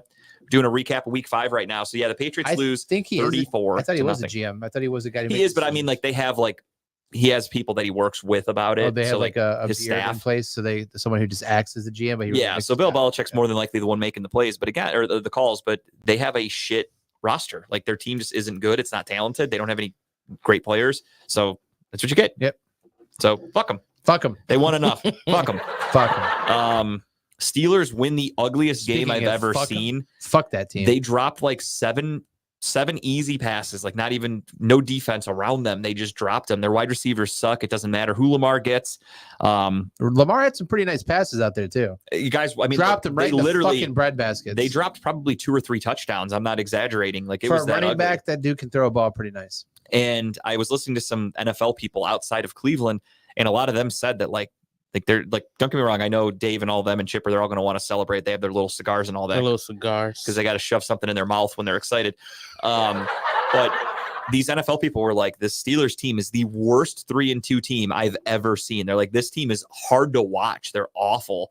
But, they're 3-2. I guess you can't knock it. Well, it's like the team, it's a time when they won 11-0 that season. They were the worst. They were undefeated horrible. Team like that was ever. Not a good team. And like Steeler fans were like, oh no, dude, 11-0. And they got fucking embarrassed in the playoffs. I just can't believe they won 11-0 that year. But yeah, no, that was a very frustrating game to watch. Besides the fact that the Steelers won, but just so many misplays. Guess what? Spoiler: Odell Beckham's hurt again. It's just one of those things where it's like Odell. Yeah, no, not right. Odell. Is the sky still blue? Since we're just talking about things that happen all the time. But yeah, no, Odell's hurt. The Ravens are a fucking it's just crazy. It just shows you how badly outmatched the Browns were. Yeah. With DTR because of how fucking how bad the Ravens looked against the Steelers. Like it doesn't make any sense. Those are 2 different teams. Yeah. Then the Falcons. The Steelers. Oh, I agree. Yeah, fuck them, dude. I fucking hate the Steelers with a passion. Falcons have a nice comeback win. CJ Stroud tried to lead a comeback for the Texans, Let and me then their down. defense let them down. And a 21 to Fuck the 19 Texans. Let me down. big win for Dub though. That's his team, dude. The Dirty Birds. I rode with you, Dub. You I did, you said did. I'm riding with Dub on this one. You know what though? I will say that I rode fucking- with CJ Stroud, dude. the Texans look like a hell of a fucking team this year for what they are. They're not going to win much, but they are a fucking fighting team. 100%, no question about it. Like They're fun to watch. there's a lot of teams like that in the NFL. We'll talk about that more, but dude, a lot of teams that like on paper going into the season, I was like, they suck. They're not a threat. And then it's like, these guys are fucking gritty. Yeah, Like they at least they try hard. I like it. Back into the scores, week 5, we had the Lions beat the shit out of the Panthers. Timbuktu had that. He had -10 Detroit, and they win 42-24. Nice pick. And they did that without Amon-Ra St. Brown, without Jahmyr Gibbs. Jameson Williams came back from his suspension and did jack shit because I started him in 2 fantasy leagues, and I think he had 2 catches for like 1 yard. He got jack shit for me, so that sucked. Dolphins beat up on the Giants 31-16, but the Dolphins suffered some major injuries, especially at running back. That's going to hurt them a little bit. Bengals beat the Cardinals 34-20. Are the Bengals back? Fuck no. He had a good game. I just don't. He's still hurt. Like you can still see in some of the throws he's throwing. It wasn't his complete like motion, right? And it doesn't help that Josh Dobbs threw a bunch of interceptions. He Yeah. threw a pick 6. So for all you fans out there that last week were saying, if we had Josh Dobbs, we could have beat the Ravens. You sure about that? You really think that's going to happen? Because it didn't look like it when he faced the Bengals. Speaking of sound bites, that's one of them we need to. You sure about that? I love that fucking show. I think you should leave my tip like 2 or 3 times on just the tip because I love that show that much. I have honestly, I told Kyle and he gave me crazy eyes because it is crazy when I say it out loud. I've watched every episode of that show probably 10 times. I'll just throw it on season 1. They're quick. They're like 15, 20-minute episodes. I'll throw it on and I'll just let them play. And in a weekend, I could watch the whole series. Have you watched it yet, Tim? Mm-mm. Dude, you'd love it. There's only They're like 6 fucking hilarious. episodes a season, and there's only 3 seasons so far. And it is just sketch comedy, and it is some of it's the most outrageous shit, and it just makes me laugh fucking much. Just think of a white version of Key and Peele, basically. I mean, it's just that type of show. It's just skits. Are you familiar with the show Detroiters that was on HBO or Comedy Central? No. Okay. So these 2 dudes, Tim Robinson and Sam Richardson, they're 2 guys. They're actually from Detroit. They're, best friends, whatever. They made a show called Detroiters. It was on Comedy Central. Really funny sitcom. If you get a chance, check it out on like Paramount Plus or whatever. Really funny show. And then Tim Robinson was on SNL for a little bit and decided to do his show with Netflix. I Think You Should Leave. And it's I'm sure you've seen it. If you have TikTok, everyone's seen some clip There's from the different show. like sound bites and everything. The one where he's in the checkered shirt and he's like, what the fuck did they do to us? What the fuck? Like he just like says funny ass shit like that. And it sounds dumb when I say it because you got to see it in context, but yeah, funny ass show. Yeah, Really it good. didn't sound stupid when you said it, just to make you feel better. No, you really, the way you said it though, Tim, was like, yeah, you're right. You're not funny at all. I get it. Hey, professional comedian over here. yeah, Don't hey, listen to wow. us. I didn't know we were on fucking Last Comic Standing, but goddamn, I just got the boot off the stage. But The Apollo, you got to no, the hook. if you get a chance though, check out I Think You Should Leave on Netflix. I just want to plug that show again because I fucking love it. Eagles beat the Rams easily 23-14. Jets. You see, they're calling it the what is it? Not the tush push. It's the brotherly shove. I think they're calling That's actually it now. that's not a bad name. They're That's calling kind it of clever. now? Yeah. So instead, but yeah, they ran that 3 times in that game. Yeah, that's all they do. Not I fucking mean, stop. it doesn't work in the Super Bowl for them, but that doesn't help them win a Super Bowl. So fuck you, Eagles. Jets Fuck beat you, the Jazz. Broncos 31-21 in the prison inmate game of the week. Russell Wilson just back to being a shitty version of himself. Him and Peyton got into little side eye action on the sideline. I saw. Which Peyton will win that 100 times out of 100. Yeah, I'm pretty sure Peyton will be there Um, longer than Russell will. So yeah, the Broncos had a chance to come back and take the lead, and Russell Wilson, I think he threw a pick 6 and cost them the game. Chiefs beat the Vikings 27-20. Vikings news: Justin Jefferson placed on the IR along with Anthony Richardson was placed in the IR. James Conner was placed in the IR. There were a lot of injuries this week that are affecting fantasy football in a big way. I actually got a trade offer. I thought Kelsey might be on the AR, but Travis Kelce, a non-contact he's injury went down, and fucking turf shit again. he's see what he can do. I got a trade proposal. I want your Okay. thoughts on it. So I was offered to give up Keenan Allen and Alvin Kamara. Okay. For Yep. Justin Jefferson. Okay. and Brian Robinson. Yes. Even though Justin Jefferson's out for Is it a keeper league? no, Oh, then no. no, it's not. It is a one season. Oh, First if it's- season I've if been it's in a it. keeper league, absolutely. I'm currently 5-0. I'm the only undefeated team in the league. Okay. So I'm kind of running away with it. I have the most points by a fucking mile. So- My team's very so- good. He wants you to give up Keenan Allen and whatever. And Alvin Kamara for Justin Jefferson, who will be back, Yeah, presumably. 4 games potentially. Yeah, presumably at minimum 4 games he has to be out for. And Brian Robinson of the Commanders. No, I wouldn't do it. I don't think so either. If he sent me this with only losing Justin Jefferson for 1 week, Yeah. like if it was like week 3 of him on the IR, I'd be like, all right, I might do that. But missing him for a month, that's Yeah. a lot. I can't do that. If it was a keeper league, I would do that. Yeah, no, it's because not. of keeping Justin Jefferson For after, sure. But yeah, no, I wouldn't do that. Okay, I just wanted to. I didn't accept it. My initial thoughts were no, so I just wanted to get a second opinion on that. Yeah, I'll be honest. I don't make trades ever. I rarely do because it's the one thing I've noticed. And again, this is just maybe I'm an idiot. Maybe I'm the dummy.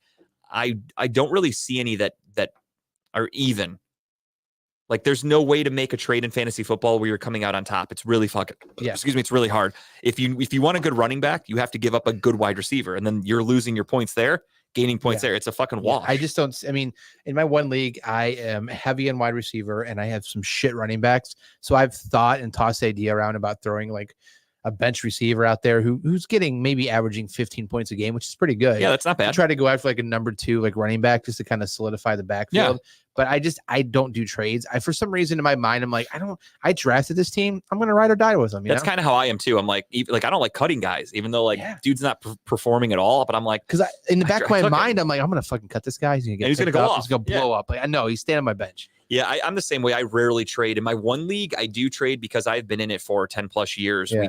We do one keeper, but there's very strict rules. I won't bore everybody with it, but we're allowed to trade draft picks because it's the same guys every year. Yeah. So if you want to win a championship, like last year, I won the championship and I traded away like my 3rd round pick or something like that because I acquired, I forgot who, but I made some trades. I got some pieces on my team, won the championship. It's worth it.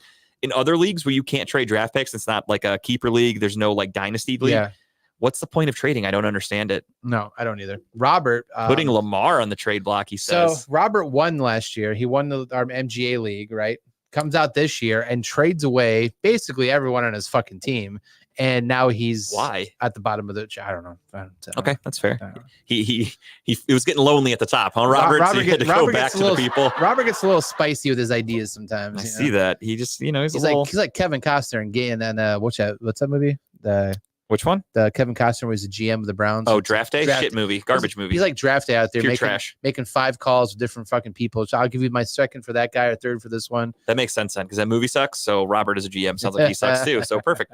Change your team name to Draft Day, Robert, and make your picture Kevin Costner. Sunday Night Football, 49ers beat the absolute dog shit out of the Cowboys 42-10. That game was ugly. What kind of game It was was it? a party game. What do you Purdy mean? game, It and was a party game. It makes me pretty terrified for this Sunday, if I'm being honest. It's Monday, gonna be man. party for them. Monday Night Football, the Raiders win 17-13 Ran over it. the Packers. I watched bits and pieces of that game, and then I turned got- it off because I got fucked on betting there. I got fucked on betting there too. I didn't bet on that one. I don't have any players on my fantasy teams from either of those teams. I need So I had no 60 interest in that yards, game.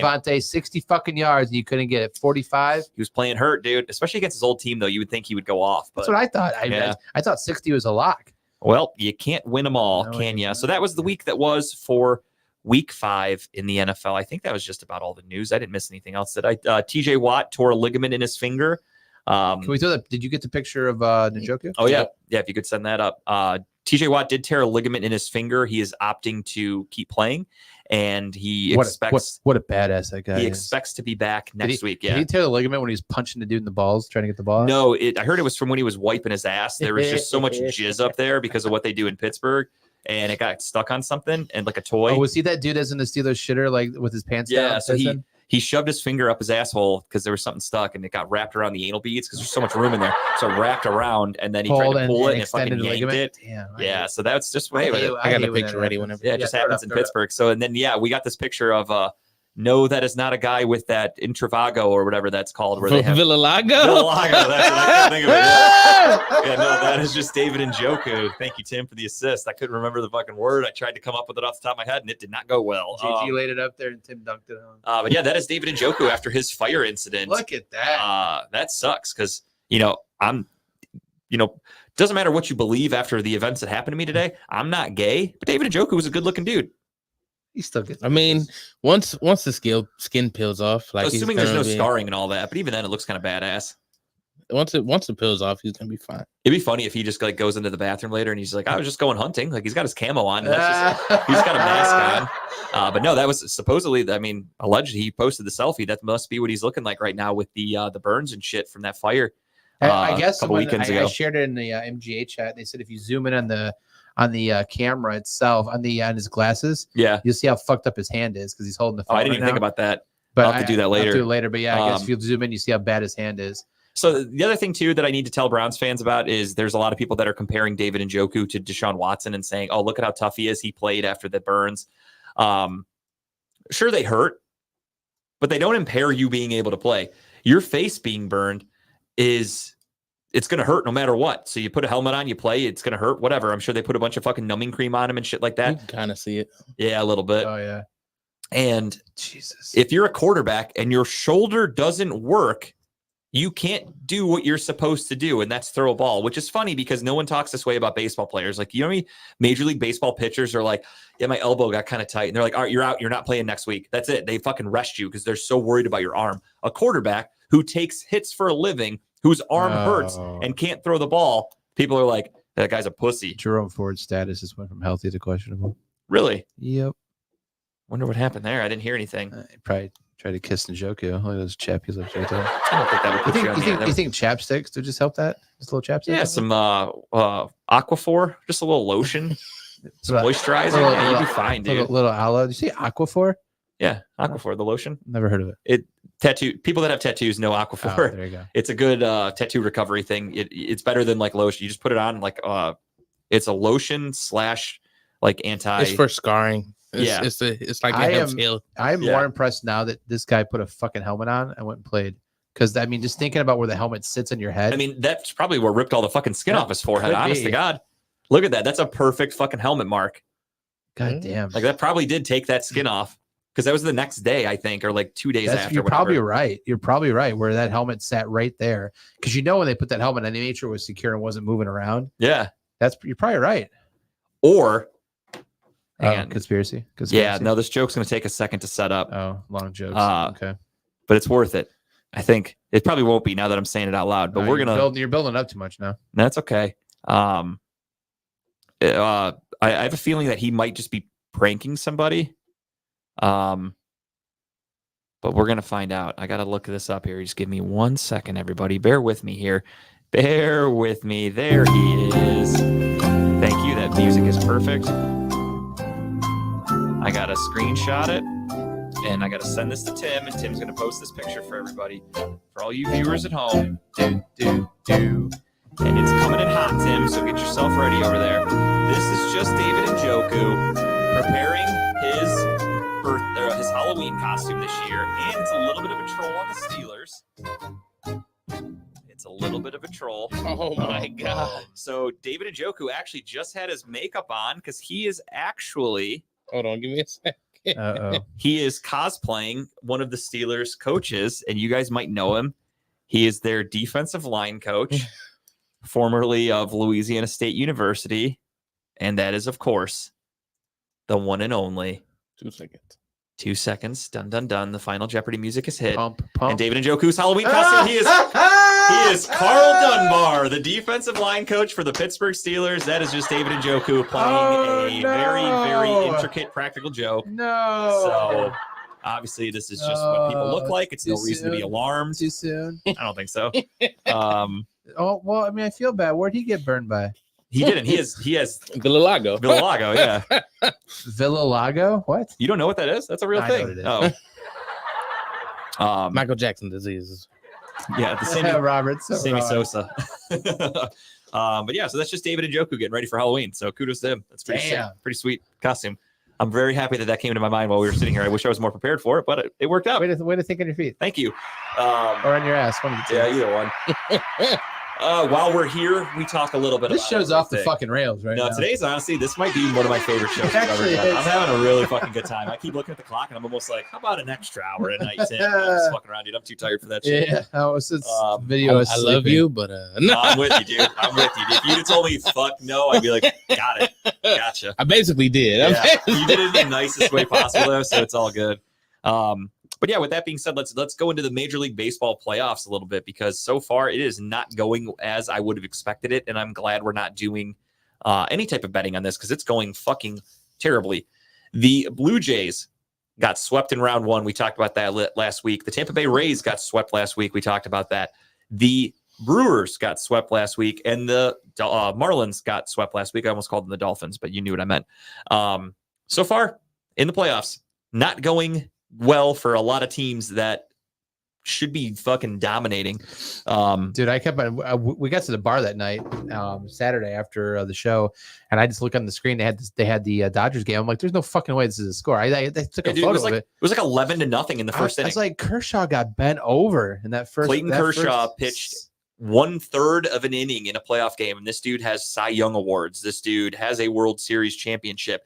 He is considered one of the best pitchers in baseball, albeit he's older, and he's diminishing a little bit. But I didn't think it would be that bad to where he would give up 6 runs in 1/3 of an inning and got pulled in their first playoff game of the year. This isn't like he's tired, he's on short rest. This was literally, they had the first round off. They had a bye because they were the number 2 seed. You're built for this. You come out, you dominate that first He's game. their ace, and he got shellacked. Then they come out game 2, rinse and repeat. They lost again, and the Arizona Diamondbacks are up 2-0 in that series Going in a home. best of 5. Yeah, Going home. so the Dodgers need to pull off 3 in a row. And the Phillies, last I looked, were up 7-1 over the Braves right now. If somebody could give me, someone could give me an update on that score. Kryptonite? I mean, do they just have their number? I don't. They get really it. do. I mean, Chipper, maybe he was onto something at his old age. He's got a lot of wisdom. The Texas Rangers swept the number 1 seed Baltimore It's Orioles. 10-2, bottom of the 8. Okay, so Phillies are going to win that one.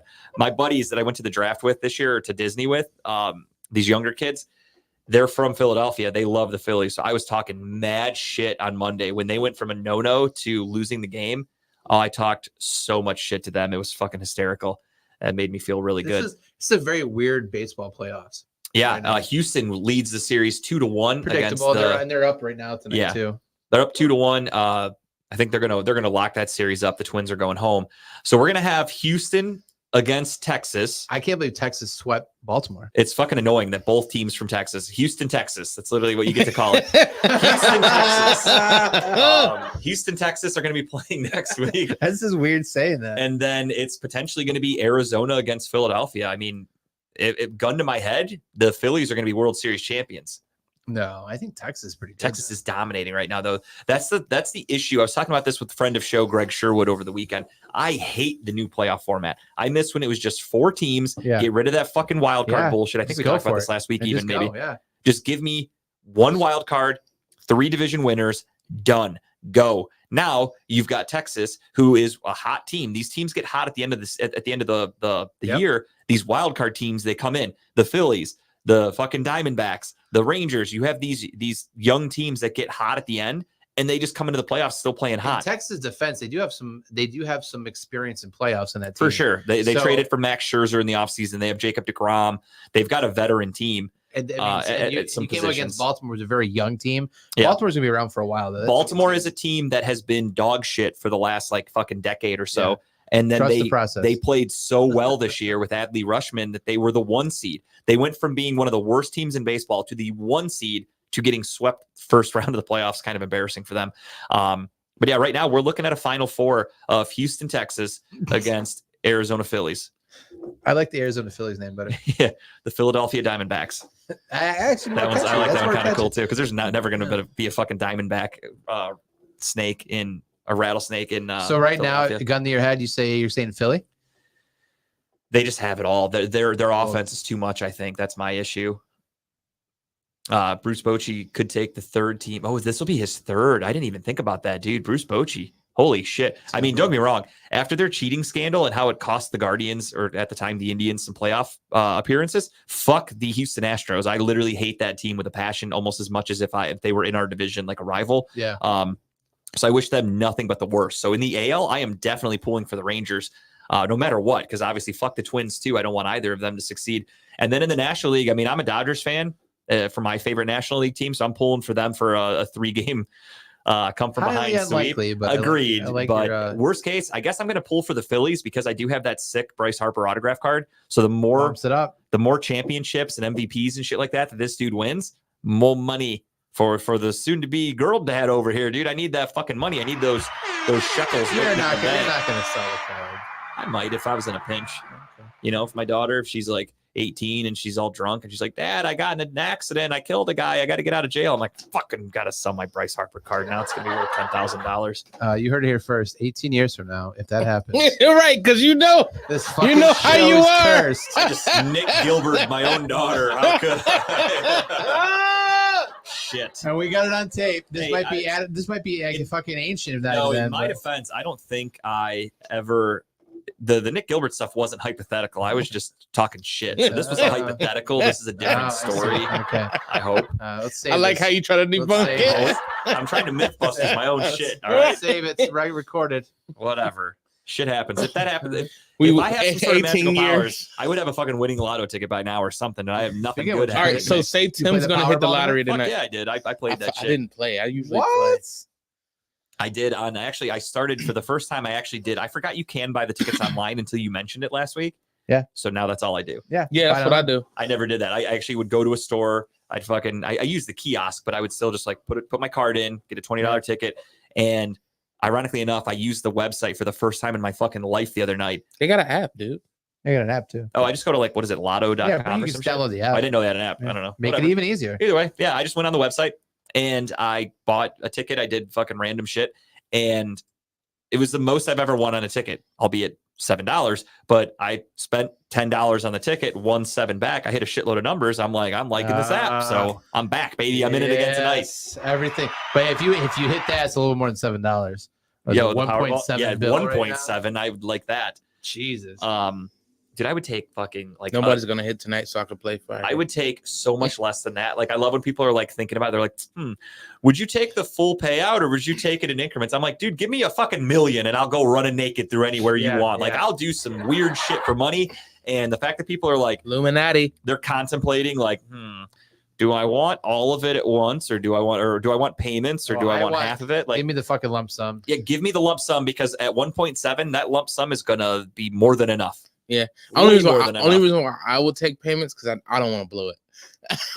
That's kind of cool, though. Yeah, Think about but this. I don't know, man. If you just take that money, you invest a good chunk of it, and you don't touch that money, right? Yeah, literally put it's like just making money for you. put 500 million in the fucking bank just for interest. Live off the rest. You will be more than fine. You're whatever Maybe financial, more than your, that. your lawyer or financial advisor just make money for you. You go enjoy fucking life, man. And all you're doing is getting dividend checks at the end of each year. Hey, you just made another $1 this year. Yeah, Sweet. Steve. As we learned last week, I would do just about anything Here for a good amount comes of the money. pegging again. Hey, for that kind of money for T Swift, sign me up. If I had to sit on a fucking dildo at that show on Saturday morning with Kyle and Jess Oh for my a good amount of god. money in that theater, it is what it is. Well, you want to get pegged in the theater in Taylor Swift? No, if it came with a lot of money, I mean, I would think about it. I'm not saying I would definitely do it. It all I comes would. back around. You know, Taylor Swift pegging, it all kind of works its I way would back. think into about the, it. Yeah. Sensing a trend here. Mm. But yeah, I the This Major is League. the most fucking squirrel show ever, by the way. I love it. It is though. I love It is. Steve, there's a lot of young kids, but they turn the lights down in a movie theater. You're good. Ask Pee Wee Herman. You're fine. Well, I guess you can't ask him I anymore. purposely got the aisle seat, so I'm not next to anyone but myself and my wife.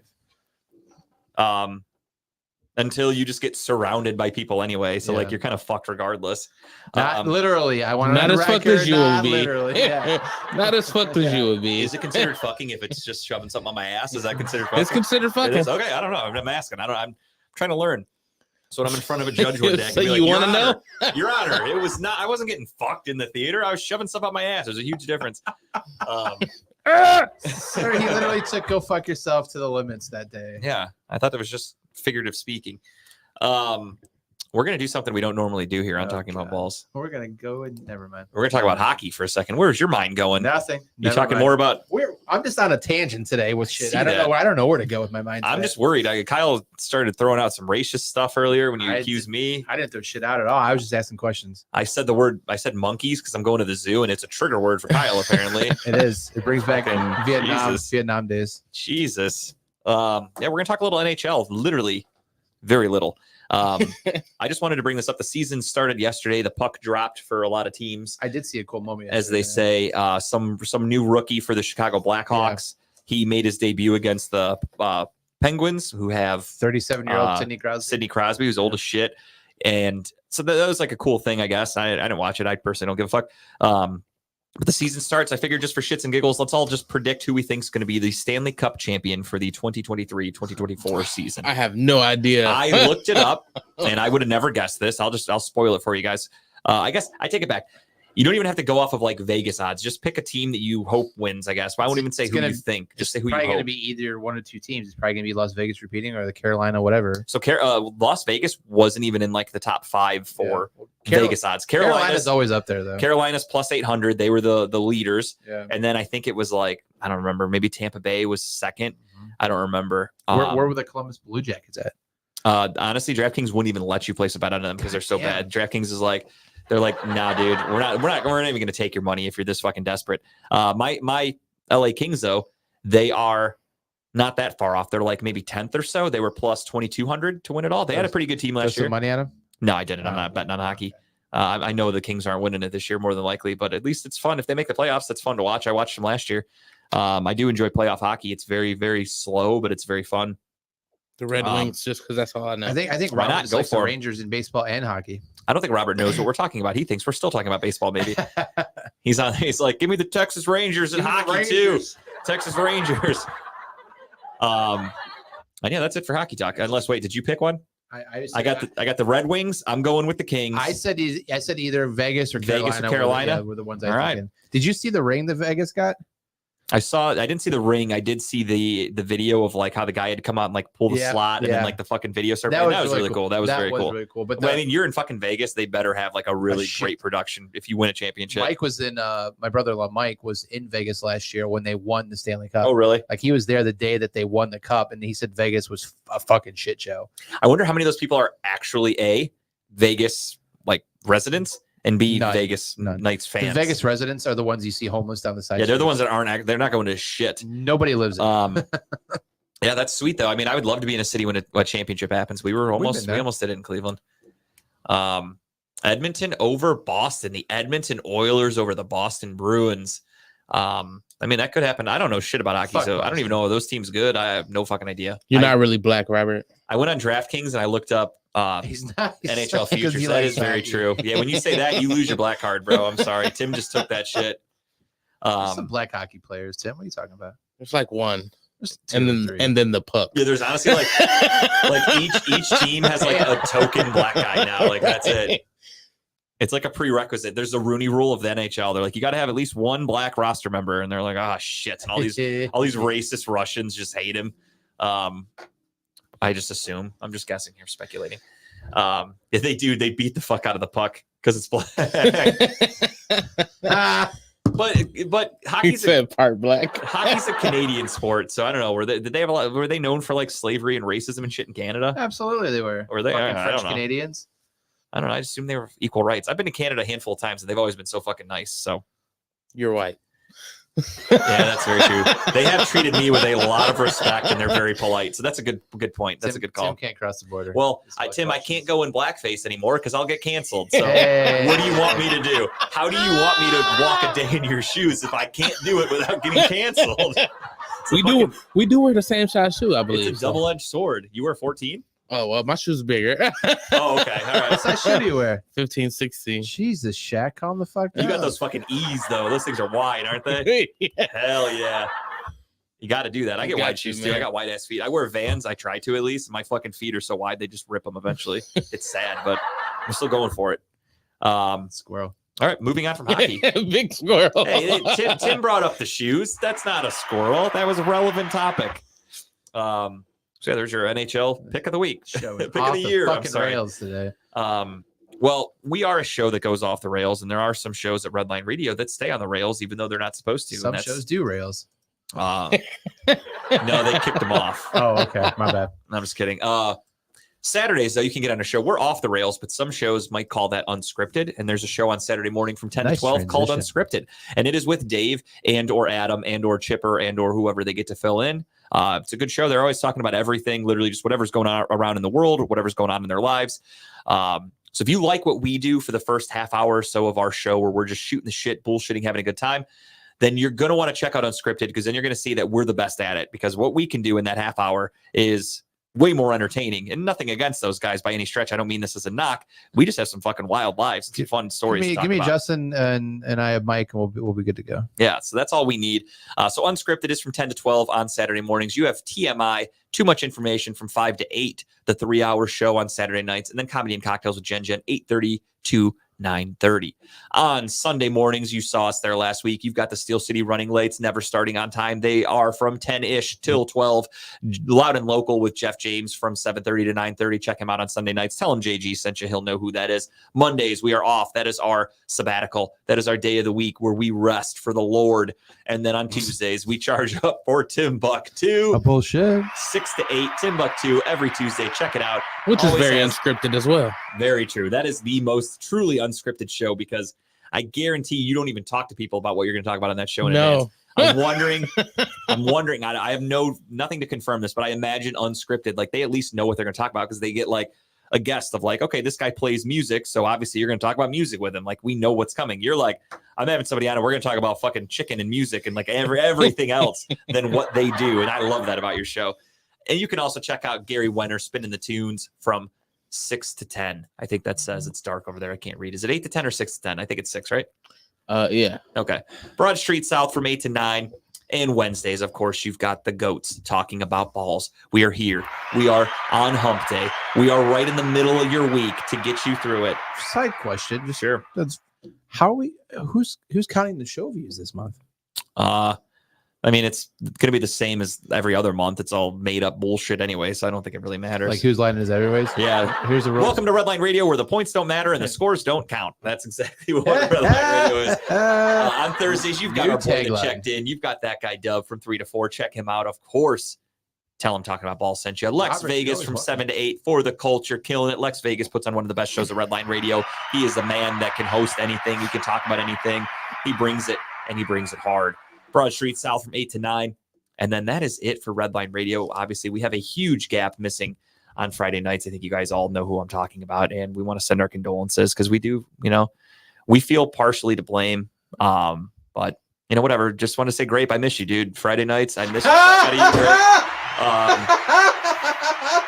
We'll have you on one day, and I hope we can get you here in studio. That'd be fucking phenomenal. So we'll do that. You like that? I twisted that dick on that one. Nobody saw that coming. I was ready for it. I was What a honestly ready for What a it. setup. I was honestly ready for We it. call that the old Jesselnick setup and You the like old that? fucking side. That's what you U-turn. do. Right when you think you know what I'm about to do, I change it. Robert, you're always welcome. Just give me like a week's notice and we'll get the contract signed. You got to sign a waiver though. I don't agree with that. You're always welcome my ass. No, I'm just kidding. He's always welcoming your ass. What? A lot of ass talk today. And I didn't A lot say of that. ass talk. Play it back, Tim. Do we have that technology? Can we play it back? No, we don't. The internet would go out if we had to restart something. Well, we don't talk about internet on here. The first rule of red line is you don't talk about internet. It's like the Fight Club. Oh my First rule of Red Line, god. don't talk about internet. Second rule of Fight Club, Don't talk about the don't chair. talk about chairs. Goddamn. Third rule of Red Line, you don't invite Grape on your show. Hey! All right, we've officially gone too far. I'm definitely getting an angry message about this later, and I am okay with it. I knew going into when we started talking that was going to happen. So Jokes, Dave. it Jokes. happens. I know. David said earlier, he's like, I know it's funny. He's setting me up for jokes. I hope he takes all this with a open mind, but he won't. Speaking then of again, jokes, Then again, I won't have anybody complaining with their families anymore. I won't get any of those messages either. So I have my entire family watching tonight. take the good and the bad. Well, I hope they don't end up making you feel like you're a bad husband and then telling Dave to tell me to stop. There's some emails coming shortly, by the way. I'm okay with it. If they need my email address, just tell them to ask me. I'm happy to send it. With that being said, let's get into our week 6 picks. We're going to do that because I want to leave a little bit of extra time for us to actually break down the Browns and Niners and talk about what the Do we have to? going ons in Berea this week. Yeah, we have to. Unfortunately, I don't want to, but we have to. It's going to be ugly. But It's Browns football. So when is it not ugly? Let's be honest.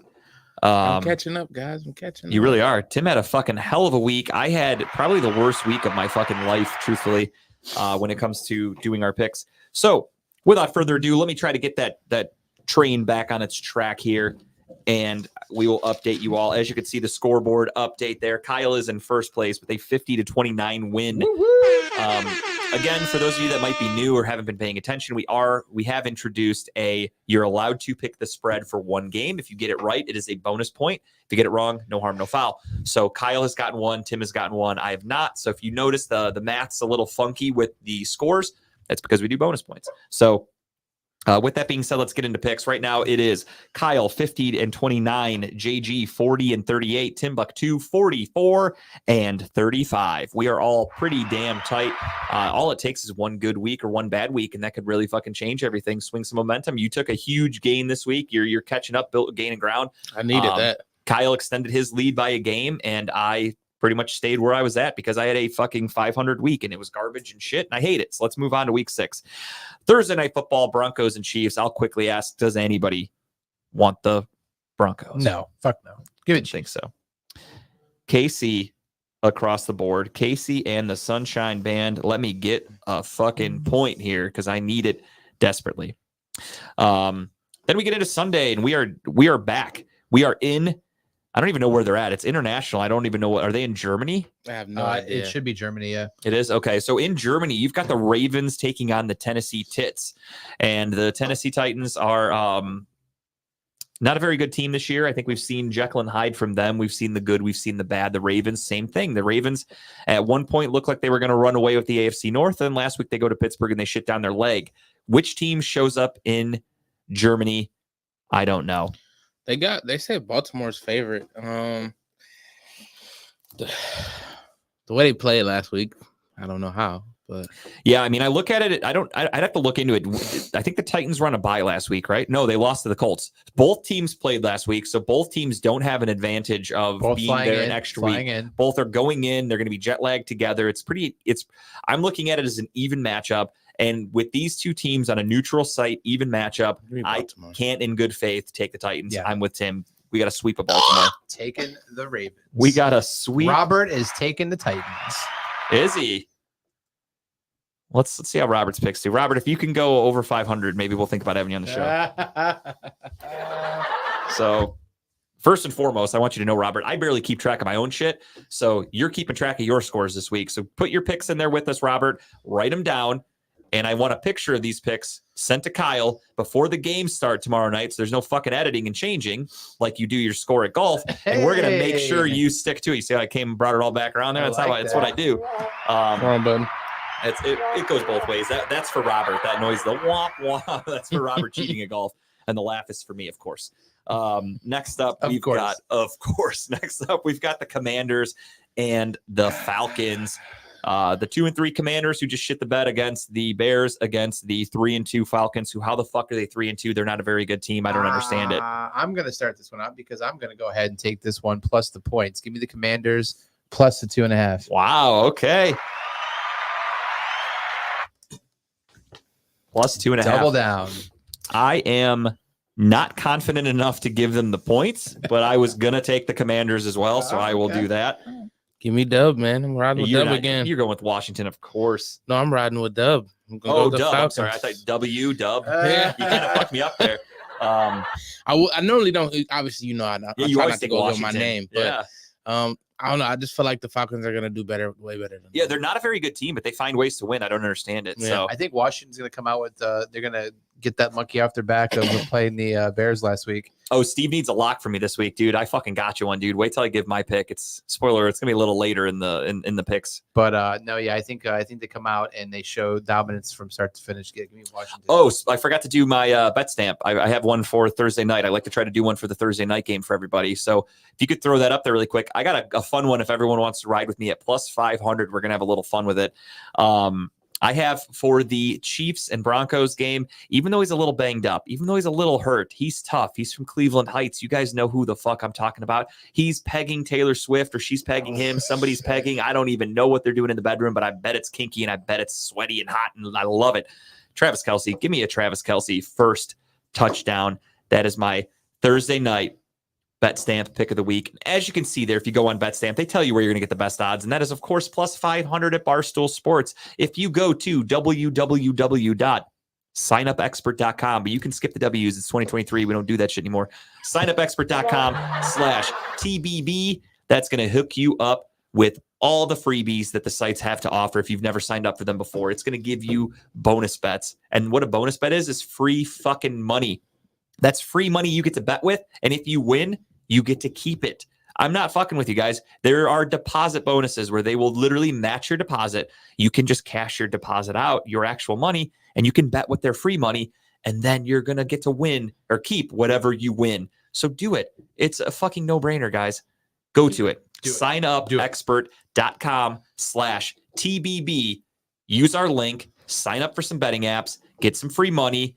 Save yourself some money up here for the holidays. And it's going to be fucking beautiful. And you can thank Talking About Balls for that. But for my Thursday night BetStamp pick of the week, my lock. It's not a lock, actually. Don't bet a lot of money on it. It's just a fun one. Travis Kelce, first touchdown. Give it to me. I like it. Now let's get back to where we were. 2 Washingtons and 1 Atlanta. Thank you very much. That's where we're at.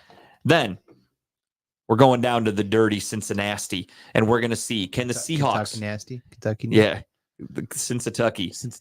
Can the Seahawks travel all the way from the Pacific Northwest to Cincinnati I hope so. That would suck. on a Sunday? I mean, they could they could take a bus if they left today. That's true. They are going to have to go to Cincinnati, and they're going to have to play at 1:00 Sunday. Seahawks at Bengals. Mm-hmm. This is a tough one. Right now, Vegas has it Cincinnati -2.5, meaning they don't really know who to pick. They're giving them the home field advantage a little bit. Seattle's coming off a bye week. Cincinnati just came from Arizona, and they look good. I'm not going to lie. They look damn good. Jamar Chase had 3 touchdowns. Joe Burrow kind of looked like his old self a little bit. They beat the fuck out of the Cardinals. I think everybody knows that. Excuse me. It's also the Cardinals. What's up? Said it's also the Cardinals. Right. The Cardinals are a gritty, fun team. You give them credit for trying, but they're not a very good team. Let's be honest. With that being said, after a bye,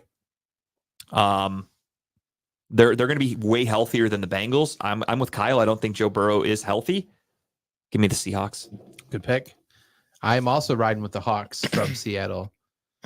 This is tough because my gut tells me Tim is right now just he's not sure which animal noise to make. That's the problem he's got. When there are 2 they teams, sound the same. Yeah, when there are 2 teams with animals as their mascot and team name, Tim gets really torn. So it's got to be eating him up right now. Because it unfortunately prevents him from being able to make that noise later because the game options just are small. So 2 animals, we hate to see it, animal and animal violence. because he sang that song, I'm going with wow. Yeah. Ooh. Bengals. All right. So we got 2 Seattles and 1 Cincinnati. All right. Next up, you've got the Gardner Minshew Indianapolis Colts against the Sunshine. Trevor Lawrence led Jacksonville They're Jaguars. better without Richardson right now. It's very possible. He's a shitty quarterback. I try to tell everybody that. Minshew's a very serviceable backup, man. He is a 50% passer, which is god awful as a quarterback. His only thing that he can do well is run the ball because he's big, and then he just gets hurt. Oh, so, sorry, I thought it up Gardner Minshew. Oh no, I was talking about Richardson. Okay, I was actually very serviceable backup, but no, I thought you were talking about Richardson there too. no, yeah, that's it. I got the Jaguars in this one.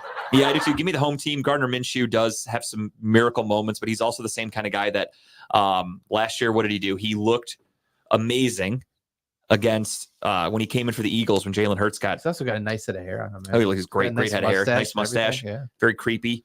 very creepy. But he looked really good when he came in for the Eagles last year. I remember this was in one of my leagues. I really needed a win desperately, so I picked him up on waivers, and I started him, and he fucking sucked. He did nothing the one week. I remember that game. Yeah, because I think I picked him up. It might have been against, I forgot who they played, but he sucked in one of his games. It was a primetime game, wasn't it? Yeah, yeah, it was a big one. That, yeah. And he's just that kind of quarterback. He's hot and cold. So with that being said, I think the Jags come away from London with 2 huge wins. They're trying to reestablish dominance in the AFC South. And the only way to do that is you beat the team that is tied for first place with you in the AFC South. You have to win division games. I think the Jaguars are the better team. Give me the Jags. I'm riding with Robert here. Give me the Jaggies. The Jaggies. Oh, I love that. That's a spicy Jaguar. That kind of made me horny, dude. I'm not gonna lie. So we got a clean sweep of Jags there. Yes. Yeah, Steve, I talked about that earlier. We were breaking down week 5. I said him, Connor, and Justin Jefferson all going to IR. Fucking bad weekend for some people. Especially fantasy owners. So Jacksonville there for everybody. Next up, you've got the Panthers and the Dolphins. Does anybody want the Panthers? No. Do the Dolphins break their 70-point I don't know. record No. here? The Panthers are that fucking bad, dude. The Panthers have an okay defense. The though. Panthers just gave up 40 to the fucking Lions the other day Yeah. without Amon-Ra St. Brown and without Jahmyr Gibbs. I don't know. This is they don't have whatever the fuck his name is that running back. You think this is a statement game for him to come out and just go ahead and put down 75 points now? I mean, it could be. I think they want to go So for. this is the week you start the entire Miami offense. What you're saying? They want to go for some records. Like I think they. it's out for the Dolphins now. That running back. I forgot his name. He's got a strange name, and he kind of came from. Achu. Yeah, bless you. Yeah. So I mean, I don't think the Dolphins. I don't think they're going to break the scoring record. As fucking cool as that would be. He really is, dude. I tried to warn everybody going into the draft. I'm like, dude, Bryce Young is so fucking small. He's never going to make it in the NFL. And lo and behold, I was right He's again. like some high school kid who's just out there running around with big guys. It's crazy. That's exactly what he looks like. He looks like a child. It's fucking weird. Someone get you So a yeah, chain. Dolphins for everybody. Achu. I was close. Yeah, Achu, definitely. Achu. And I would, it's almost basically, it's a 2 touchdown advantage. It's 13 and a half points. I'm not willing to take that for my pick 'em, although I think it's pretty easy. I think it would be a pretty safe one, Think but I'm so? not doing it. I'm not Oh. doing it. Dude, honestly, I think they're Make going a to win. wish quarterback. I think the Dolphins win this game by 20 plus points. I really do. You heard it here first. How but many? By 20. Well, then take that as your giving. No, I have one for that already. Okay. I have one. Okay. I've got one All right. locked and loaded in the chamber. Okie dokie. I don't shoot early. I'm not Cheddar Bob. All right. I know what I'm doing. Cheddar Bob. All right. So I give love me that movie. Miami for everybody. Next up, Vikings and the Bears. I cannot believe the Vikings are one. Fucking Oh my. Vikings without Justin Jefferson. I still think they're the better team, though. Yeah. I don't think we're going to get a repeat of that Justin Fields, DJ Moore combination that we saw on Thursday Night Football. I just, until I see it twice, I don't believe lightning can The- strike in the same The place. spread thinks you might get that. Yeah. 2.5 Minnesota. They think it's going to be close. I think that's because it's a road game for the Vikings. If it were a home game, it would probably be more like 5 or 6, I think, for the Vikings. It'd be a little more. So I think Vegas has pretty good belief that the Vikings are going to win this game. So I'm going to go with them. I'm going with the Vikings. Yeah, I'm taking the Vikings here as well. I need a big week out of Kirk Cousins first off. I in just, fantasy, Ooh, that's but tough. Ooh. Skull, baby. That's a Viking horn if I ever heard one. That's a good. That was very good. That's why I let it finish. I was like, I want to see where this goes. But until I see Justin Fields and the Chicago Bears play like that twice, Yeah. I can't assume that they're going to ever play like that again. Next up, we have the Saints against the Houston Texans, not to be confused with the Houston, Texas ALCS series that's about to be happening in Major League Baseball. Let me go first because can you throw my bet up there? Oh, here we go. Here we go, baby. Let's go. I got a bet. Ride with me on this one. Saints for Julie. It's the Saints. Wow. I am not taking the Saints. Oh, all right. I Dude, they just put up apologize in 34 on advance. I fucking don't Bill. So my bet this week is the old quarterback from Texas, CJ Stroud, going for a 2 touchdown performance.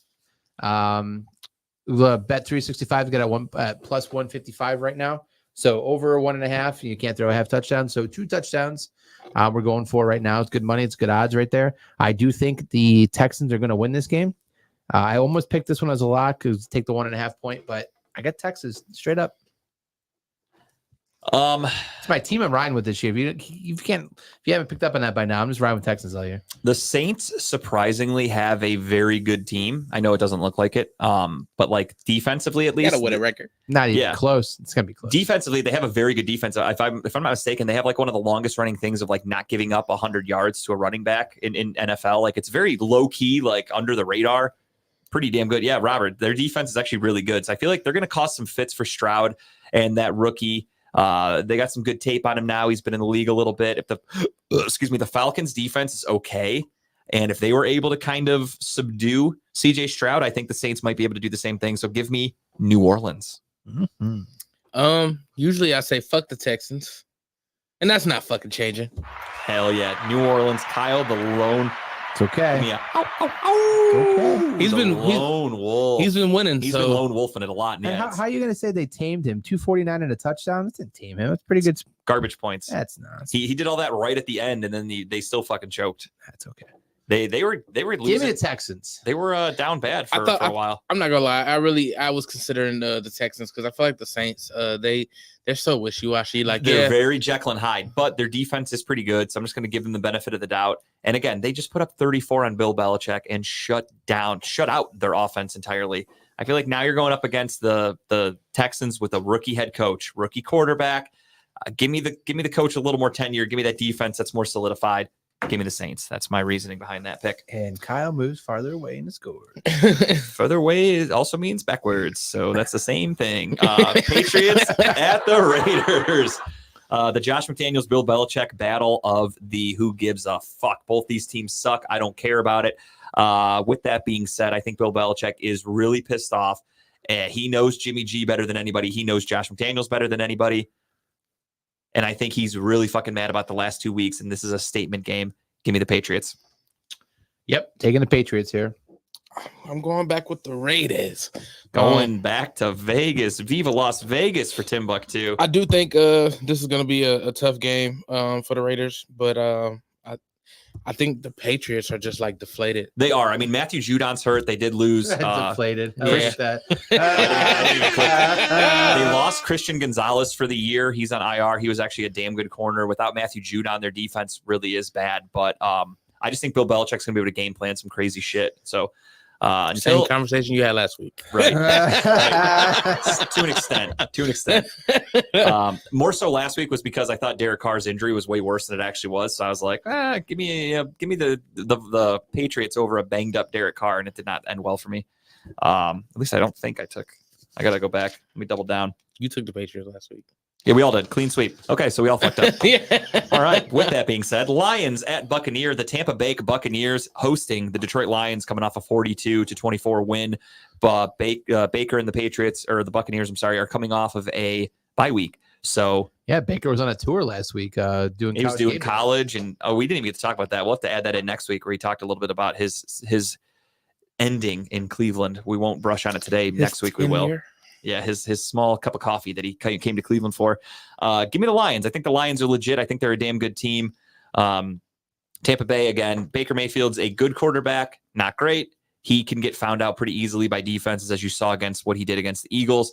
The Lions are a legit contender. Baker, even back in his Cleveland days, has usually always struggled against contenders in big games. He just doesn't play well against good defenses and good teams. I feel like he struggled against the Lions specifically.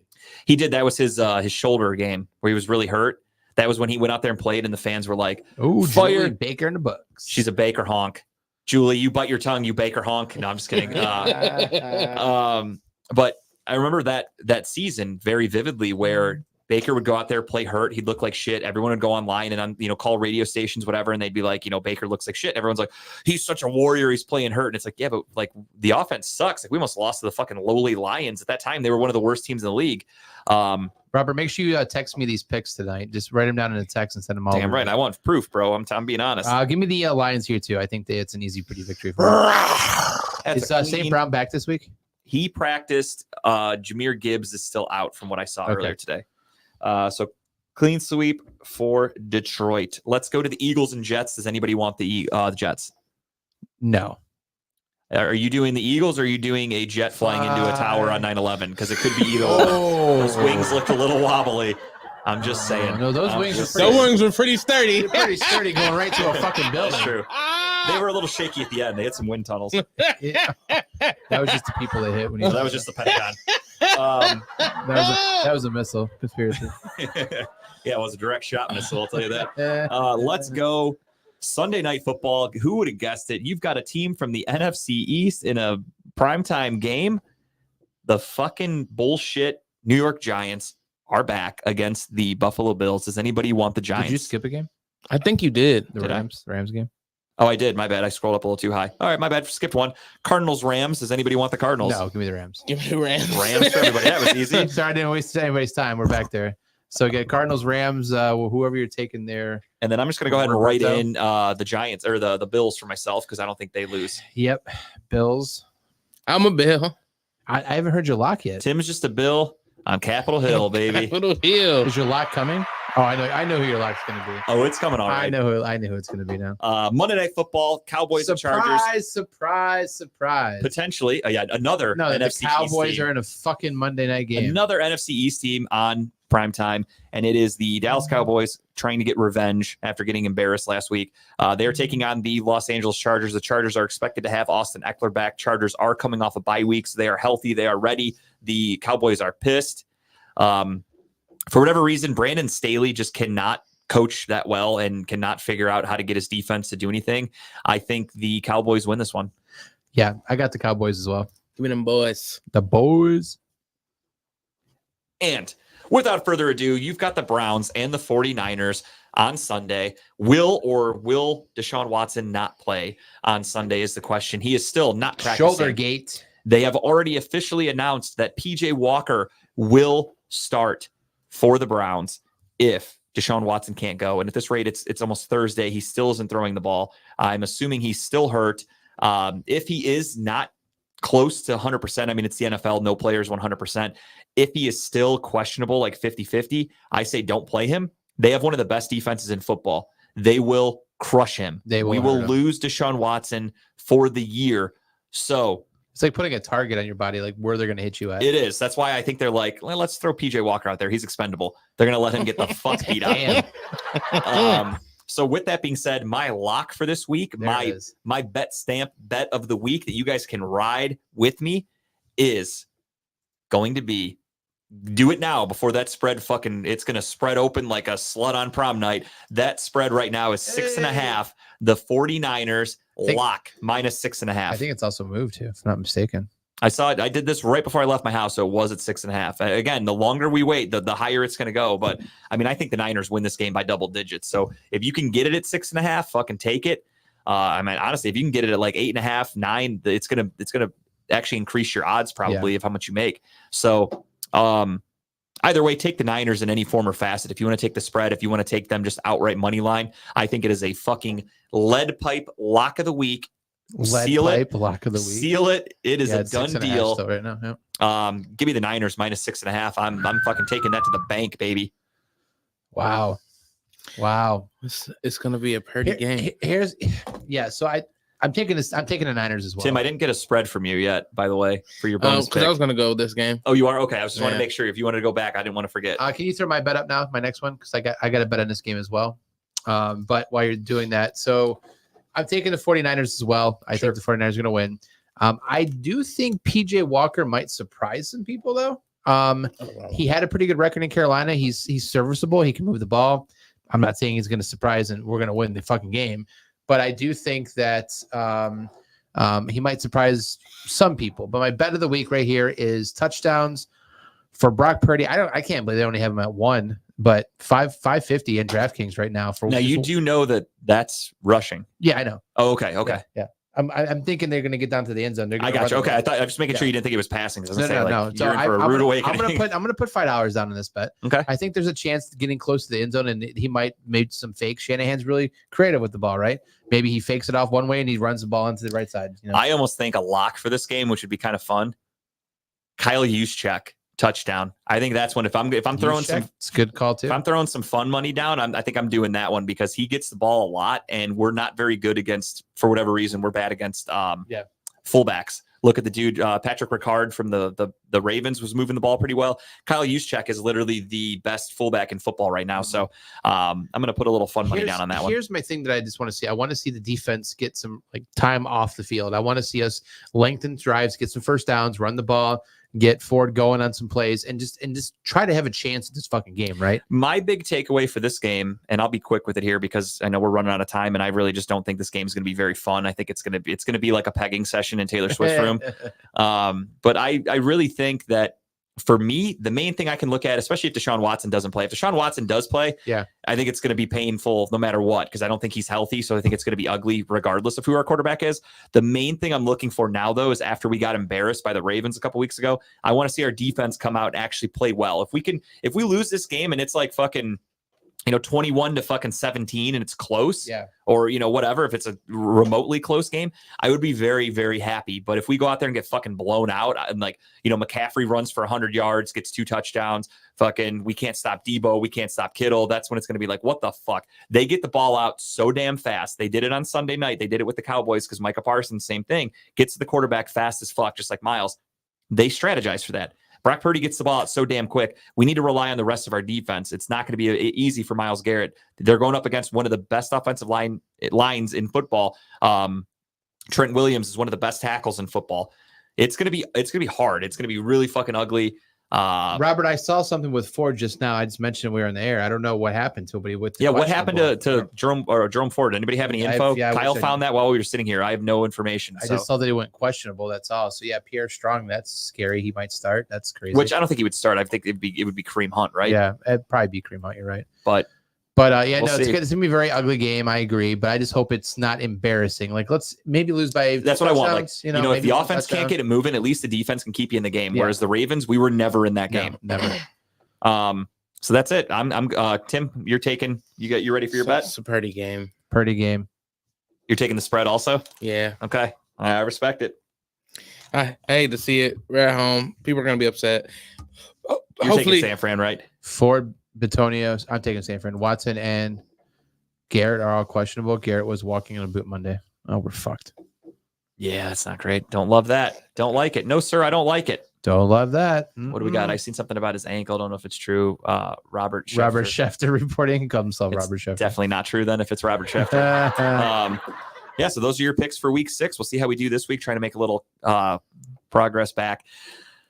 Going to be ugly for the Browns, though. I'm not excited for this game. This is like, what really sucks is the last game we played, we got fucking annihilated by the Ravens. Then we went on a bye week, so I had to sit on this game. And then now I get to come back, and it's going to be another fucking painful loss, more than likely, to the Niners. It's just ugly as fuck. And then the schedule opens up. The Noah comes in, or whoever the fuck parts the Red Sea. Was that Noah? yeah, Moses. Moses. I always get that wrong. I don't know. I don't go to church. I don't care Noah about that built the stuff. ark and You saved the heathen. animals. That's fine. I've been called worse. So Noah's ark. yeah, somebody's going to come in and part the Red Sea, and it's going to be a beautiful schedule with, the Seahawks and the fucking Cardinals and some shitty Colts teams. And it's Sure going to about be, that? I'm excited. Yes. Okay. Very excited for the future. What I'm also excited about is to hear what Tim has for Just the Tip. Let's get into Just the Tip, everybody. Everyone's favorite segment. Let's do it. Timbuktu, what do you got for the people? My tip of the week is actually what I said last week. I was on the Michael Collier show last Tuesday, and it was a phenomenal time. Yes, sir. Killed it, man. I will be there in 2 more Tuesdays, man. I'm pretty excited to go back on. I posted the video on all my social medias at this point. But it was just such a great time. He said he didn't think I was gonna be that funny, and he loved me afterwards, which is I'm fine with that. The ultimate compliment. Yeah, like you if you're not prepared for me, that's great, because I'm gonna make you be prepared quick. And I plan to go back. I'm gonna play off of some of the jokes I said, and I got some other stuff that I haven't said. So I'm gonna go on and have a good time. You feel like you're more prepared this time? No, I mean I was pretty prepared last time. I mean, it's a 3-minute set. Okay. I've done a 1-minute set and killed. So and that's in the bedroom. It's called my love life. You're right. So I definitely think I'm gonna go back and do good. Obviously, I feel a little more nervous on the second show always, because now you have expectations, kind of. Yeah, kind of, for sort of. sure. Not so much just expectations, but like I want to make sure I'm not saying the same stuff. Which, I mean, I have more stuff in the bag, Right. so it's not like I'm that worried. But it definitely hits different when you hear different jokes. Like you're prepared for the fat jokes, whereas before you're not prepared for the fat jokes. Yeah, it's just like seeing a comedian in real life. Like if there's a comedian you like and you see him a couple times, after a while, or even a comedian you don't like, there's guys out there who I'm like, I don't really like him because all he does is talk about this. Like it's the same stuff every time. Like Yeah. he's funny, sure, but it's like every time it's this. So yeah, I get what you're saying. Yeah, you don't want to go out there and like do the same material, like I don't know, not the same material, but you're using the same topics and like covering all the same stuff. Yeah. So I mean, it's gonna be definitely a little different, because I mean, I always come like with because I've done the Grok Shop many times now. Yeah. And I do different jokes, or sometimes I do the same jokes because I'm trying to perfect them Sure. and stuff like that. But with 3-minute set, like I can hit you like with so many different jokes. You know, if you're giving me 3 minutes, cool. Like my set is really like 20 to 25 minutes Right. regularly. So to be able to come and give you 3 minutes, like it's always gonna be different. It's gonna be playing off of my other jokes, so it kind of works out. And I'm really excited to go back on. You know, now that I know that they're ready for the laughs, they know I'm gonna be funny. Fuck yeah. So you know, I've been told that I'm very likable, and being likable takes you a long way. So hopefully I they just second continue that. to like me. Hell yeah, dude. Well, that's awesome. It's like Johnny Carson back in the day. Like you went on and this guy was like, yeah, you're not gonna be funny, and then you blew him away, and he's like, come back for more. Like Yeah. whereas Is this show watched by a lot of people? I mean, he has 30,000 followers on Shit. or 30,000 subscribers on his YouTube. so he's allowed to go live on things. Right. So I mean, you know, and his producer, the guy that books people, he called me like a little bit afterwards. He was like, dude, I knew you were gonna be funny, but I didn't know you were gonna be that funny. And you know, they booked me back on, you know, for the 3 weeks, and I'm excited to go back. Some of my friends been on, some of the other comics from Cleveland been on. And you know, I feel like Cleveland is looking good. Fuck yeah. Cleveland hasn't missed yet. So Hell yeah, dude. Yeah, like I said about Johnny Carson, that's just like that. Where back in the day, they would have a comedian on every night, and they always said that if he thinks you're funny, he invites you to the couch. So Dope. if you didn't get invited, you know, you didn't win, or you didn't have a good impression, but you came on, he's like, yeah, you're not funny, and he liked you so much, he's like, come back in a couple weeks. That's Yeah. fucking awesome. That's the ultimate compliment, dude. it definitely was. I feel good about it, man. I can't wait to go back. Hell yeah. Like I said, he's a legend, man. He's comedic legend. He's been around for years. You know, Yeah. he's so respected, and if I can get that level of respect from a legend, And just get your name out there. Call Yeah. that the old rub in the wrestling business. Yes, Get the old- sir. Get the old rub. from the Tim's old got legend. heat. don't peg me, Mr. Collier. Not that kind of rub. No, not that rub. That's a rough rub. And now time for Kyle. So my tip of the week is a book that's taken a little while to read, but it's a great read. I could have started to finish it, but as life happens. I'm sure you heard of Edward Snowden. Who has not heard of him? Anybody? Good movie. So you never heard of him? No, I Oh, mean, really? no, I've heard. No, Okay. I've heard Snowden. Yeah, All right. So Permanent Records. He's heard of Young Jeezy, the snowman. Yeah. Everybody has. basically. So Permanent Records, basically a story about his life. If you don't know a little background, Snowden is a guy who very smart, very intelligent guy, came up through. He first went into the military. He not flunked out, but he broke his leg.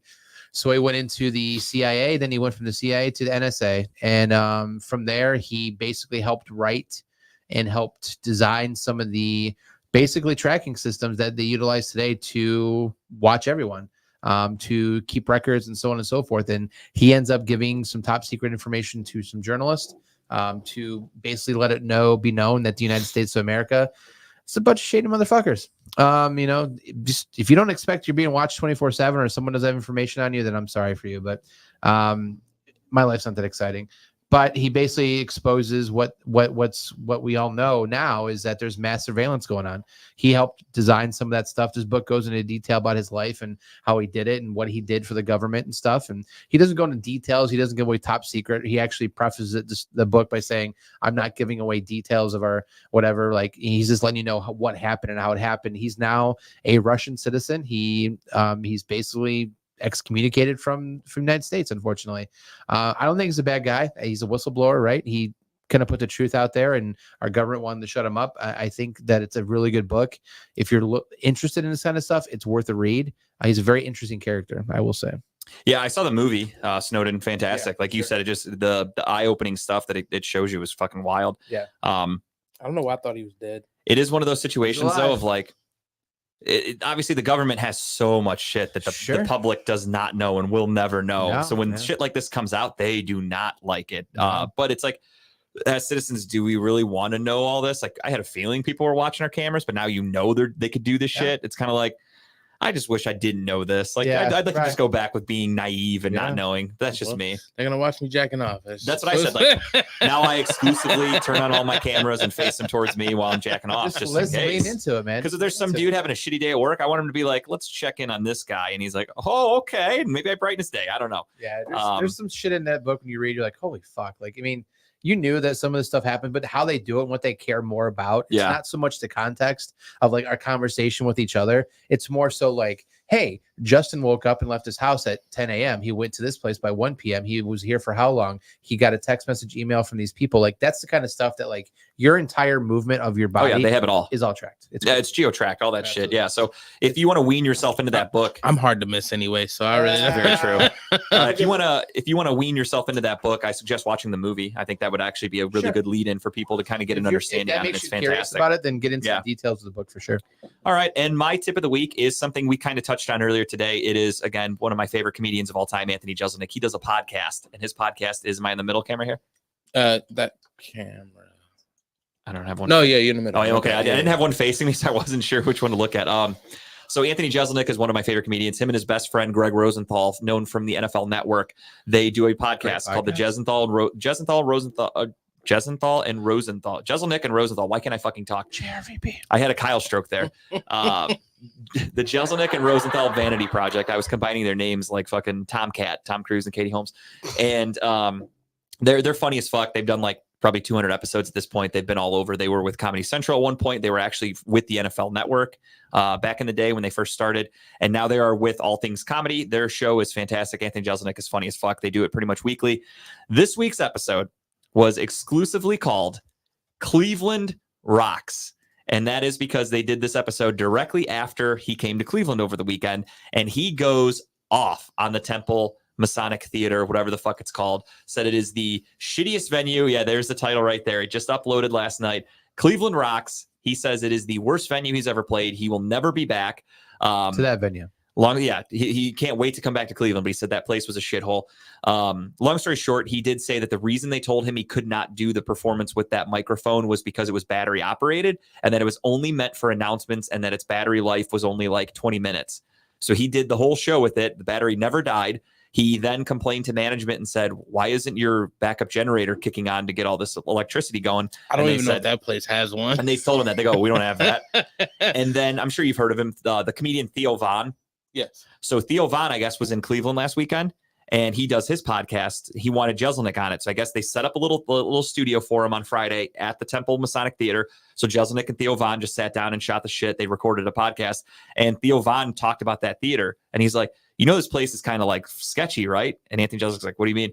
He's like, the owners just bought it not that long ago for like $700,000, which is peanuts for a venue that has like 3 different fucking stages in it. Yeah. Like it's crazy. Something shady going on. I seen what's his name there. I forget his name. He hates fat people. Dave. He has a podcast with Charlemagne. I'm sorry. I have no idea, to be honest. I think I might know the name, but I don't know. Like I know him too, and it's just off that info. I can't help. Andrew. Not Tate. Andrew Schultz. Schultz, yeah. Okay, yeah, I know Andrew Schultz. Yeah, I know the name. Like I said, I'm good with names. I'm not good with like Andrew Tate. That's a whole different topic. Yeah, we'll talk more about that another time. That's conspiracy Carl territory. Yeah. But yeah, so I heard that like that's what Theo Von told Anthony Jeselnik was like they just recently bought it. They got it for like $700,000. It's kind of shady, like the whole situation that's going on.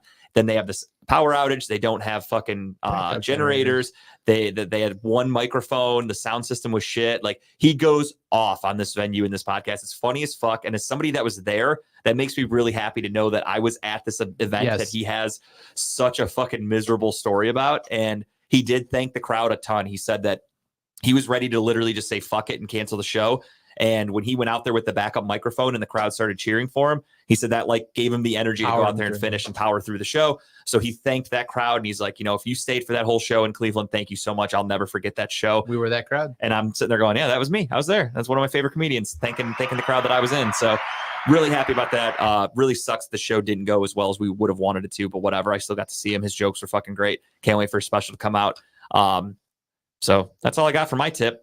And that's it for this week for everybody. I think nobody else has anything else. What a show! This was a great show. Honestly, this is up there. Is probably my favorite show we've done. Honest to God, I had a fucking blast today, guys. So thank you for everybody that joined with us and watched. Thank you guys for doing the show with me here. Had a blast, of course. And that's it, right? That's it. On behalf of everybody at Talking About Balls, Cleveland, that was for you. See you, everybody.